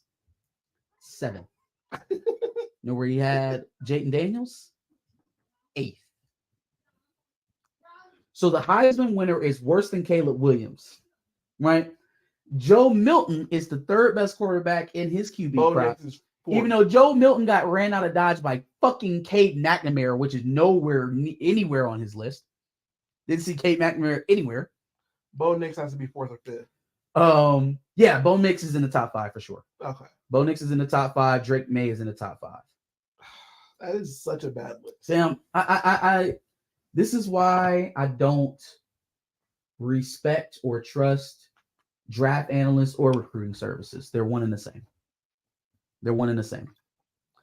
And takes like this kind of bear it out. They make it very apparent that they only use the evidence that most sustains their industry. So, for instance, if you're a recruiting service, right? I have a great example of this with Mike Hart just being leaving Michigan, right? Mm-hmm. Mike Hart left Michigan. There is a beat reporter for On3 who has a fucking lifetime vendetta against Mike Hart because Mike Hart doesn't sniff the assholes of 5-star running backs and play Fortnite with them until the wee hours of the night, kissing their ass. He recruits like a football coach, and he takes guys that work hard regardless of the stars, right? And that always got under this reporter's skin. And so this reporter, when Mike Hart announced that he wasn't coming back to Michigan last week, took that opportunity to, like, what I felt like rub Mike's nose in it. Yeah, Mike's a good coach or whatever, but we're definitely getting an upgrade with Alfred because he's a better coach. He's a better recruiter. And Mike Hart was, like, or no, I don't think it was before Tony Alford. I think it would have been more valid if he'd have used that comparison. Mm-hmm. He said that it's going to be a net positive when he left before we had filled the position because of Mike Hart's recruiting. So imagine being a beat writer for a program that just won the national championship, headlined by their running game, right? Yeah. And Blake Corum and Donovan Edwards and Khalil Mullins. And your take is that the running back coach leaving, the running back coach that helped develop that running back game and develop now 3 NFL running backs, right? That guy is a net positive with him leaving because he doesn't recruit the guys that I put 5 stars next to. 3? Haskins, Corum, Edwards.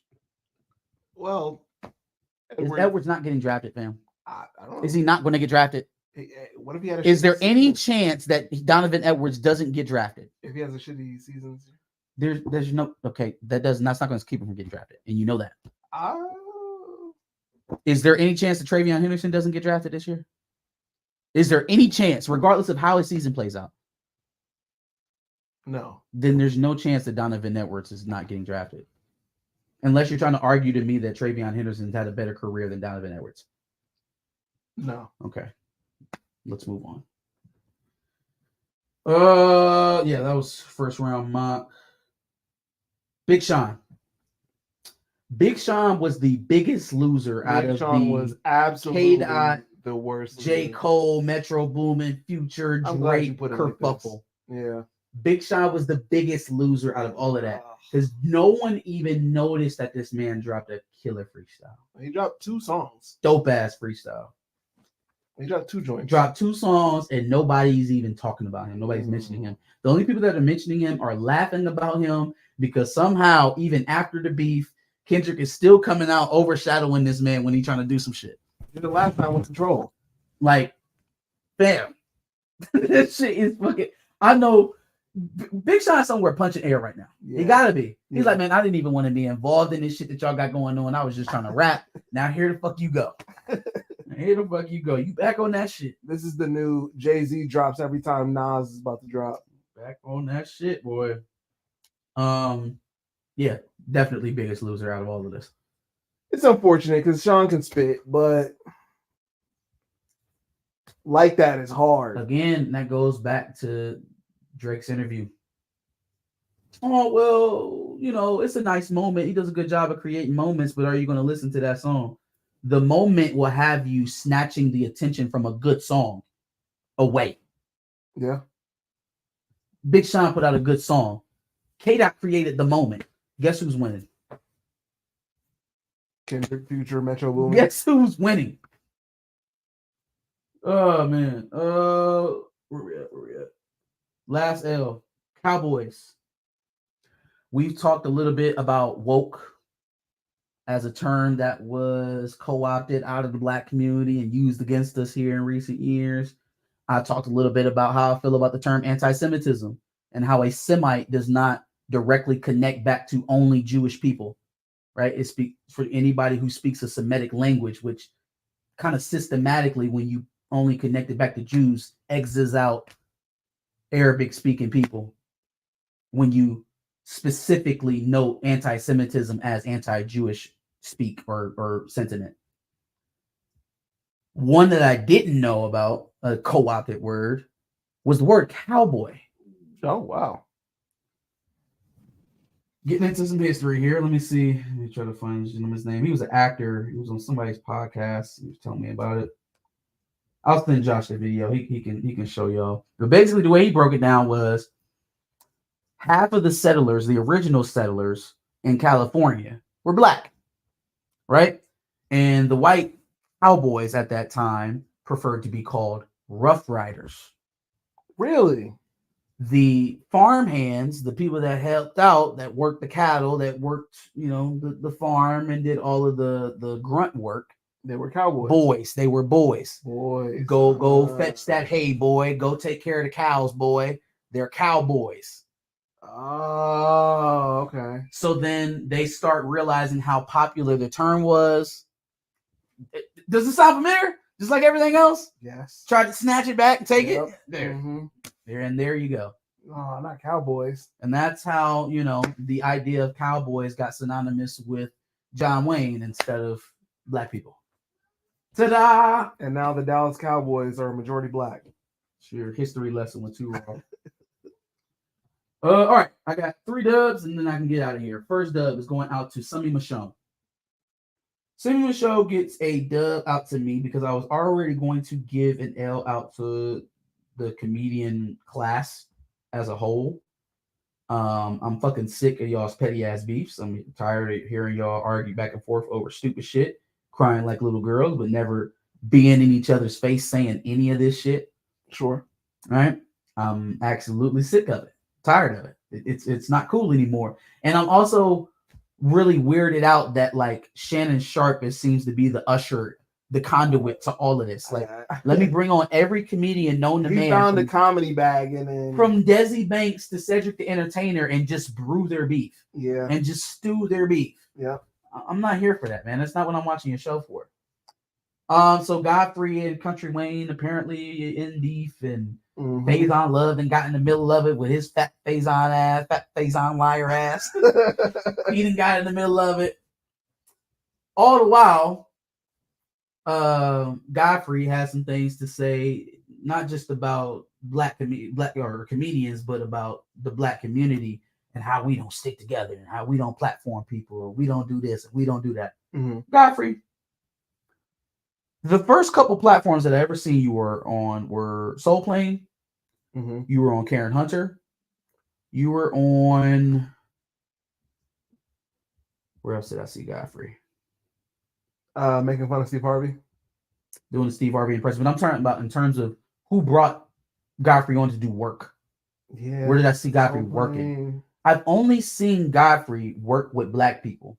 So am I to believe that like you bum rushed yourself on the set at Soul Plane, or did somebody reach out to you for that opportunity to bring you onto a black production? Johnson Family Vacation. Nigga, you are on a black person's platform right the fuck now because he asked you to come on and he's paying you to do so. Godfrey was the first 7-Up guy. That's the first place I think I saw him. Okay, cool.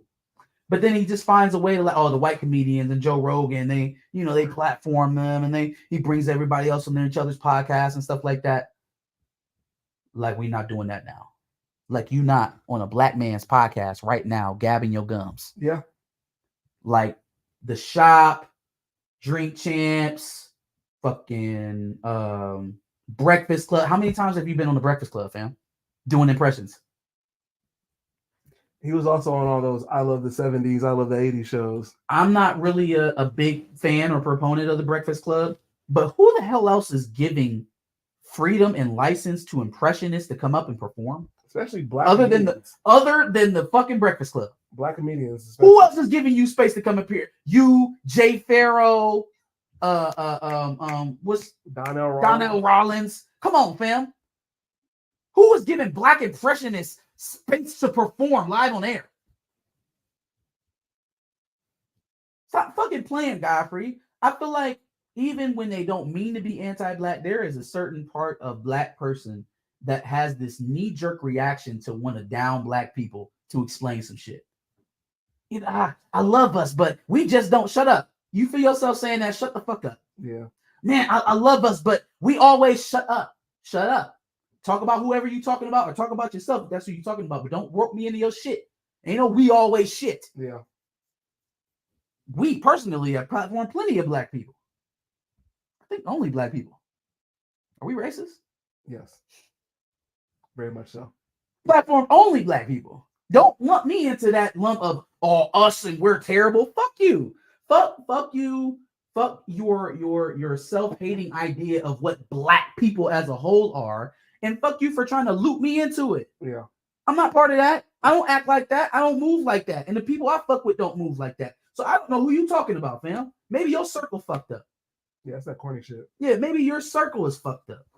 The reason I'm giving the dub to Sonny Michonne, since I got so far off topic, is because apparently he got into a spat with some African comedian a while ago, and the African comedian tried to tell him he was more black than him because Sonny Michonne is just he's a black American from Louisiana, and this comedian, he was Nigerian and what have you, and he was more blacker than him, and I guess this all kind of sparked off from a back and forth about Gullah Geechee as a dialect, and how most people would assume that that's or wouldn't assume that that's or excuse me, he was talking about the ignorance of people who don't connect that back to Africa. and how the roots of Gullah Geechee tracks back to dialects from Africa. Sure. Right? And so Godfrey was like, oh, well, why would people know that? And blah, blah, blah, blah. Well, because we lack. But anyways. Oh, I gave it up. Shit. God damn it. The African he was arguing with was Godfrey. Got it. God damn it. Fuck that story. Shout out to Sonny Michonne for setting him straight. Sure. T'Challa's getting one of my last dubs. This was a good week for T'Challa, y'all. It's a great week for T'Challa. And unfortunately, we had a run ending, but it went out with a bang, right? We got Black Panther 10, issue 10, the finale from Dr. Eve Hewen. Shout out to Theo B. I seen that him and THRU both had notes in the Bitty News for Dr. Eve. Shout out to y'all. But two things happened. T'Challa's going back to burning or burning Zana. So he's going back to the Crown City. And we have finally, not since the last issue of the Colts run, the second Colts run, have we acknowledged T'Challa properly in his title. The Emperor of the intergalactic nation of Wakanda. Is that it? Sure.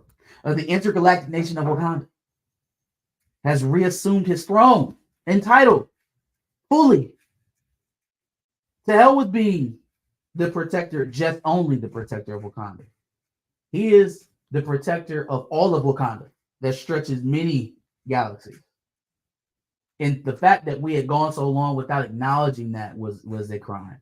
Yeah. It was a crime.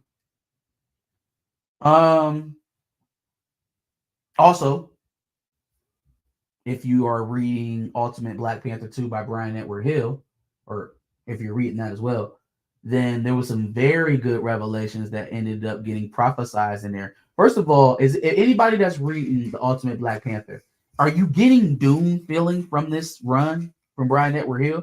Like, even just through the first 2 episodes, I'm getting heavy Dune influence. Very heavy. Like, the story is I'll take the time to map it out to y'all one-to-one when we can actually do some spoilers. I know everybody hadn't read it yet. Or maybe, I don't know if you have. But getting heavy Dune influences. Like, I mean, Ra and Khonshu, pretty much the Harkonnens, right? The Emperor is the Maker. Shanti is y'all, you know who, the Woman of Light that got referenced in the comic book. Obviously, T'Challa's Paul Atreides. Father Atreides, the murdered father, is T'Chaka. Like, it's a lot of one-to-ones. They even have a Bella Gesserit in there speaking to T'Challa, prophesizing shit. And one of the things they prophesized was that the Lady of Light, the Lady of Light, yes, you understand? The Lady of Light will bring him in air. Is going to bring him in air that Wakanda has waited for many generations. Y'all gotta, if y'all not reading Ultimate Black Panther, pick it up. The accent is insane. Pick it up. Last dub, and I know you'll love this one. My last dub is going out to Tony Alford, new running backs coach for the University of Michigan, because he got in week 1, started practice, and didn't stop working. This next coming weekend is a big visitor weekend for Michigan. And there are 2 new additions. Not 1, but 2 Ohio State crystal ball athletes from Ohio. 1, Marquise Davis from Cleveland Heights, Ohio. 2, Bo Jackson from Cleveland, Ohio. Both visiting Coach Alford, who had seemed to all but gain their commitment while he was at Ohio State. And now he's at Big Blue. Knowing Tony Alford, weekend. Knowing Tony Alford, he'll find a way to fuck it up. Hey, as long as he land 1, we're good. He's going to find a way to fuck it up. No, land 1 and we're good. He's going to find a way to fuck it up. Sure. We didn't have business schedule with him. Right. They're both coming have the connection on the because same of Tony weekend. It's coming on the same exact weekend. He's going to fuck it up. Okay. You say so. I do. Okay. Because I know Tony Allen. Okay. So then it was really doomed for y'all either way. Nope. Either way, it was doomed for y'all because he would have fucked it up for y'all. Nope. Anyway. Because we got and then now he's with the big red marketing machine, Ohio State the branding what? behind us. The what? Ohio State branding behind First us. of all, the Big Red Machine is Nebraska. You can't appropriate their shit. Big Red Machine is definitely Nebraska. I don't know who that is. And you're red now? Not Scarlet? Y'all's culture is in shambles. It's really not. Culture is in hell. It's not. Y'all called yourselves blue and yellow. Who did? It's maize. Who did? Y'all definitely. We just talked about this last week. I don't know who calls it blue and yellow. We definitely talked about this last week. I don't call it blue and yellow. Yeah, bro. Culture is in hell. It's not. It's in hell, Johnny. The culture is in hell. When we win the ring, you won't be saying that next year. Sure, when you win the ring, but next year you're not going to win the ring. We're winning the ring this upcoming year. If you say so. Boys, man, because we got Jeremiah Smith out here balling. Don't give a shit about Jeremiah Smith. You will. Does Jeremiah Smith play line? Does he play defensive line? Does he play tackle? An amazing defensive line as is. Just because they don't get as many sacks as y'all doesn't mean they're not getting pressured. If you say so, buddy. I do. You know I do. If you say so. You know I do, big dog. What we got going on here, folks? Shador and Shiloh. I can see the Falcons. We read that one. I said I get Captain Kirk. What? Captain Kirk and draft Shador next year, so we won't have to play. They should have signed him to a short deal. Oh, Kirk Cousins. I was like, why is he talking about William Shatner right now? That's crazy. That's crazy. They can see with either the Pats or the Broncos. Absolutely. I didn't even get to address most of the dude's stuff. So, bro, he over there quoting QBR for Anthony Richardson. 45 QBR. Yeah, that's terrible. What about an 88? What about an 88 QBR? It's good for third in FBS last year. That's your boy. What about a 72% completion percentage? That's not dominant. No. How was having a top 5 completion percentage in the entire country of 144 teams not dominant? Not spectacular. Interesting. All right. Start off with my L's. I got a lot of L's. 1 dub, I think, or 2 dubs. I don't know. I can't remember. We're going to start this off with something that I wanted to mention during Behind the Cake, but we got a lot of topics. And it's just the fact that, okay, we started off with Winnie the Pooh, Blood and Honey, right? Mm-hmm. Now we have a Twisted Childhood universe, which is going to include Winnie the Pooh 2, Bambi the Reckoning, Peter Pan, Pinocchio. This is all the stuff that they lost the rights to. It's got to be. That's what it sounds like. They lost the rights to. All leads to Pooniverse, Monsters Assemble in 2025. A what? What is it? A Poonerverse? Pooniverse. Winnie the Pooniverse. You see what you've done, Marvel. You see what you've done? Everybody has to have a cinematic universe. There's a power vacuum. No, it's not even the cinematic universe, because if they were still dominating it, I think more studios would act to like do something else. Yeah. But they see the opportunity to take over the fans of shared universes and lead them to another place. It's Marvel's fault for creating this power vacuum. The Winnie the Pooniverse.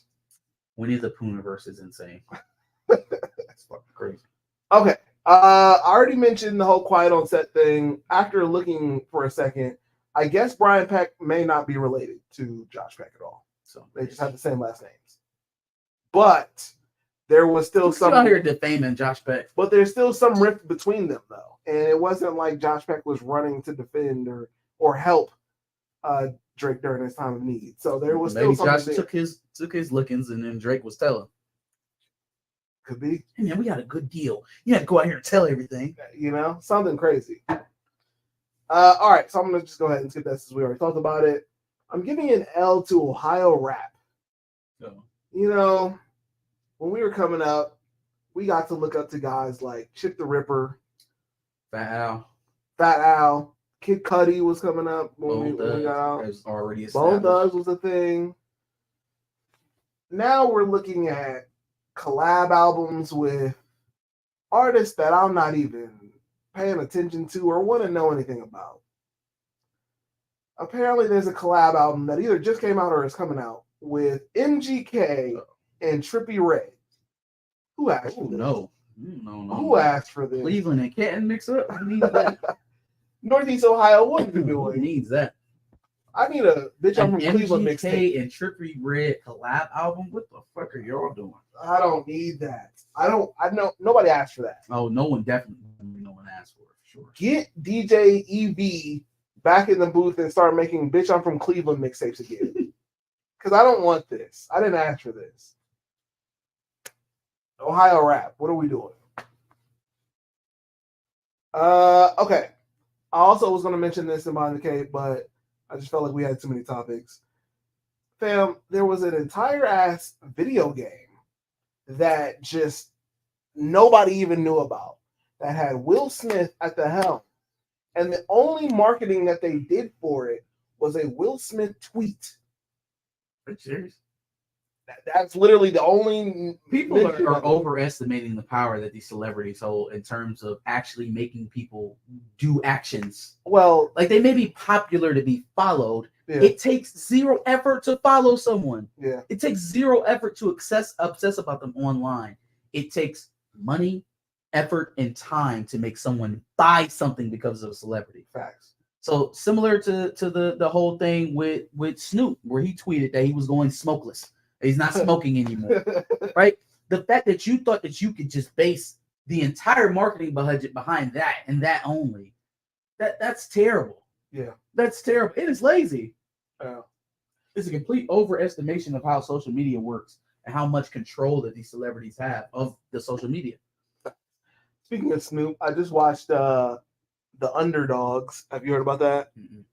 It's the Snoop movie where he plays a former NFL legend, which in and of itself is laughable, considering his super skinny ass frame.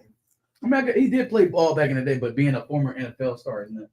Crazy. It wasn't that bad. Like going into it, I knew what to expect. Mm-hmm. The only real actors in it were Mike Epps and Tika Sumpter. So like I kind of knew what to expect from it. Oh, and the guy from Harold and Kumar, but he was only in on 2 seconds. Netflix? No, Prime. It wasn't that bad, but it was a lot of cussing, a lot, and especially for a movie with a bunch of kids in it. Insane. It was like we couldn't go the opening 10 minutes without him saying motherfucker at least 100 times. Like, it was insane. But if you want to watch it, by all means. All right. My last L is going to this new podcast alert. You know, it wouldn't be us if we didn't talk shit about a new celebrity podcast. This one just seems insane. I don't even know what they're talking about. Caitlyn Jenner and Lamar Odom. Why? No, sir. No, why? Sir. Nope. No. Why? No. Who asked for this? What are these collaborations you guys are giving? By the way, this will be the last time this podcast gets mentioned on this podcast. Yeah, no. I don't have any investing into that like I do Too Personal. We will never. First of all, that family has an obsession with black men that needs to be studied seriously. Whatever the fuck is wrong with Odell Beckham Jr., I hope he fixes it soon. Oh, did you hear what she said about? Has the audacity, like good genetics. That should let you know exactly where the fuck you're at, man. She told a publication that she really wants to have a baby by you because you're black. Yep. Oh, he has good genetics. Not only did she not give a fuck about the rest of the world hearing that, she didn't give a shit about you knowing that. Insane. These niggas are stupid. And then he gonna be boo-hooing on the internet talking about, oh, she took my kid from me.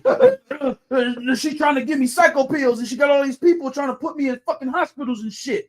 And I'm gonna look at you like, nigga, you knew. We've already done this song and dance once. What was gonna happen? We've already done this song and dance. Keep black people away from the Kardashians. Facts. Well, it's good that that's happening now because I've got one dub that I'm going to give. I don't want it to die before you give the dub, so I'll go get the plug. All right. Well, then I'll give it. I'll listen. Well, actually, because I did have a toss-up that I was going to give, but I was like, oh, we're wrapping up. I don't know if any of y'all have seen this Good Times cartoon with Slink Johnson. You might know Slink from he did the Everest commercial, the Everest Hood commercial. He was Lamar in Grand Theft Auto 5, and now he's got like this Good Times cartoon coming out, and I don't know what to expect of it. Huh? Who we talking about? Slink Johnson. And I think there's other people. Black Jesus? Yeah, Black Jesus too. Yeah. I fuck with Black Jesus. But I don't. Oh, he got that series. Niggas know about your mama. Niggas know about your mama. Hold on, I'm about to wait, what? That's insane. Oh shit. It's you might want to actually here. Nah, give it to me. Nah, not do that. Not do that. Because I don't know if there's any other plugs. Because I plugged this into it. I'm wondering if this will go.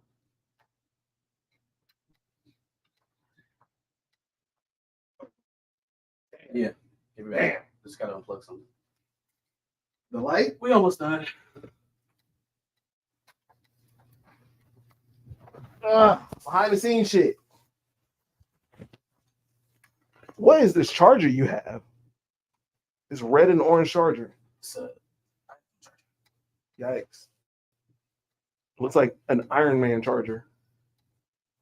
Doom, doom, doom, doom, doom, doom, doom, doom, doom, doom, doom, doom, doom. Well, that's Ozzy Osbourne. Oh, then you are talking about Doom, Iron Man. doom, doom, doom, doom, doom. Anyway, yeah, so I don't know what to expect about that Good Time shit, because the Good Time show was nothing but bad times for Black people. So, like, you're making another cartoon in this case that's going to be a replicate of that. I don't know if I want to see that shit. Oh, the series that Slink Johnson had, Niggas Know Your Mama. He would like tell a story about some female back in the day, like, you know, doing favors in the back of the car or running off with somebody's rent money and never coming back. And he'll just be like, niggas know your mama. That's insane. But that sounds like something I would watch. It's hilarious. That's crazy. Anyway, what's my dub? How do I start this? I had something and I just completely blanked on it. Well, I'll just go ahead and say this.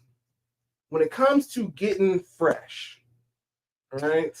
When it comes to getting fresh, there are certain trends and certain brands that will undoubtedly always be fresh. Polo Ralph Lauren is definitely one of those. I thought so too, but then I had to think through my head, bro. That is not how these niggas dress, yo. Sure. That is not how these young niggas dress. But at the same time, Polo is designer. So that's what all these not the designer that they like.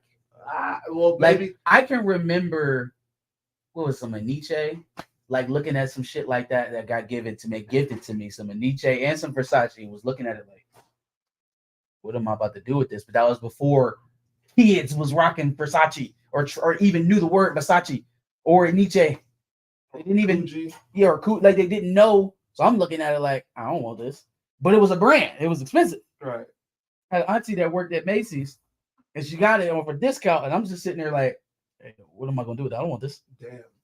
But I had no clue. Yeah, well, because again, you know, brands didn't mean anything to me. All these kids want is Rick Owens shoes and they want shiesties and Nike Tech suits.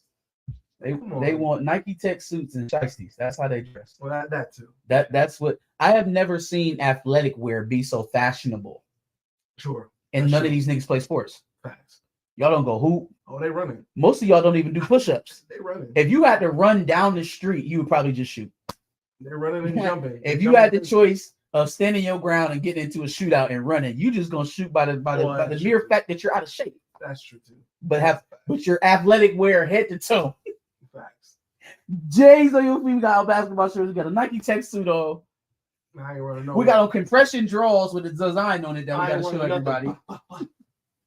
I got a shiesty mask on, but it's an athletic shiesty. You know what I'm saying? It's one of the ones that the football players like Pickens, George Pickens. You know what I'm saying? I got me an athletic shiesty on. Shit, if you from Baltimore, you'll rock a whole Under Armour fit and be the cleanest nigga in the club. You'd be the cleanest nigga in the club. They don't dress the way that we used to dress. Sure. And so when like a clean polo used to be it. Like if the polo was clean and the shoes were New Balances were clean. In 2008, he was the freshest nigga at that place. Well, not New Balances are making a comeback. So like it's fresh now. I think he just looked like an old dude. I think he looked like their dad. He looked like juvenile. Them girls that he was talking to was probably young, like really, really young. Well, they finally showed who it was, and she has social media, obviously. Mm-hmm. She is not fresh in any of that. And in fact, of course. In fact, some of the shit she be wearing is what you talking about. Shiesties, the shiesties in the Nike Texas, because that's how they dress. That's what's cool. Like even when they got some designer on, it's offset by the most normal shit. Yeah. T-shirt. We got maybe some Ferragamo jeans and a Gucci belt, and that's it. You know what I'm saying? We might have the Yeezy slides on there or some shit, but that's the fit though. The white tee, the Cuban link, the Ferragamos, and the motherfucking Gucci belt. That's the whole outfit right there. My guy was clean, but in good news, which is why I'm giving him the dub. He's already set up a Facebook page, which I don't know why he went to Facebook first. That's a little insane. But he also has a TikTok. Yes. But he says, I'm building a brand of positivity, starting from someone forcing me to go viral by sharing a moment while I was getting food for some people in the neighborhood. I didn't ask for that, but I'm going to build from it every day until all people remember me or remember about me is positivity. What a way to capture your moment and then lead it to some positivity and ultimately try to make more of your 15 minutes of fame. But you're doing it in a positive way, so therefore I'm forced to support you, just like the library guy or so many others. Michael. Yeah, Derek. Oh, Michael, the library guy. Yeah, this guy is Derek Lambert, officially Derek Lambert. So, Derek. Yeah, shout out to that guy. That's all. That's it for the Dubs and L's, folks. That is a stream. That is a stream. For all 9 people that stuck around to the end, we appreciate y'all. Give us any thoughts, any lingering comments that you had, go ahead, put them in the prompt or wait to the replay. You can put them there as well. Let us know what your Dubs and L's were for the week. And like always, we'll be back next Sunday. Kendrick is the GOAT of this era. For sure. No debating. No. Shh. No. Shh. Go debate with your mom. Go debate with your mama because niggas know your mama. Hey. Niggas know your mom. You never really stated what happened in your life. Y'all just was talking about it. You never said, like, oh, hey, these girls was roasting this man. Yeah, I didn't, but I'm going to probably just put the video in there. Context. You have not gone to sleep at all. This man said Michigan has the chance again. Yes, sir. Huh?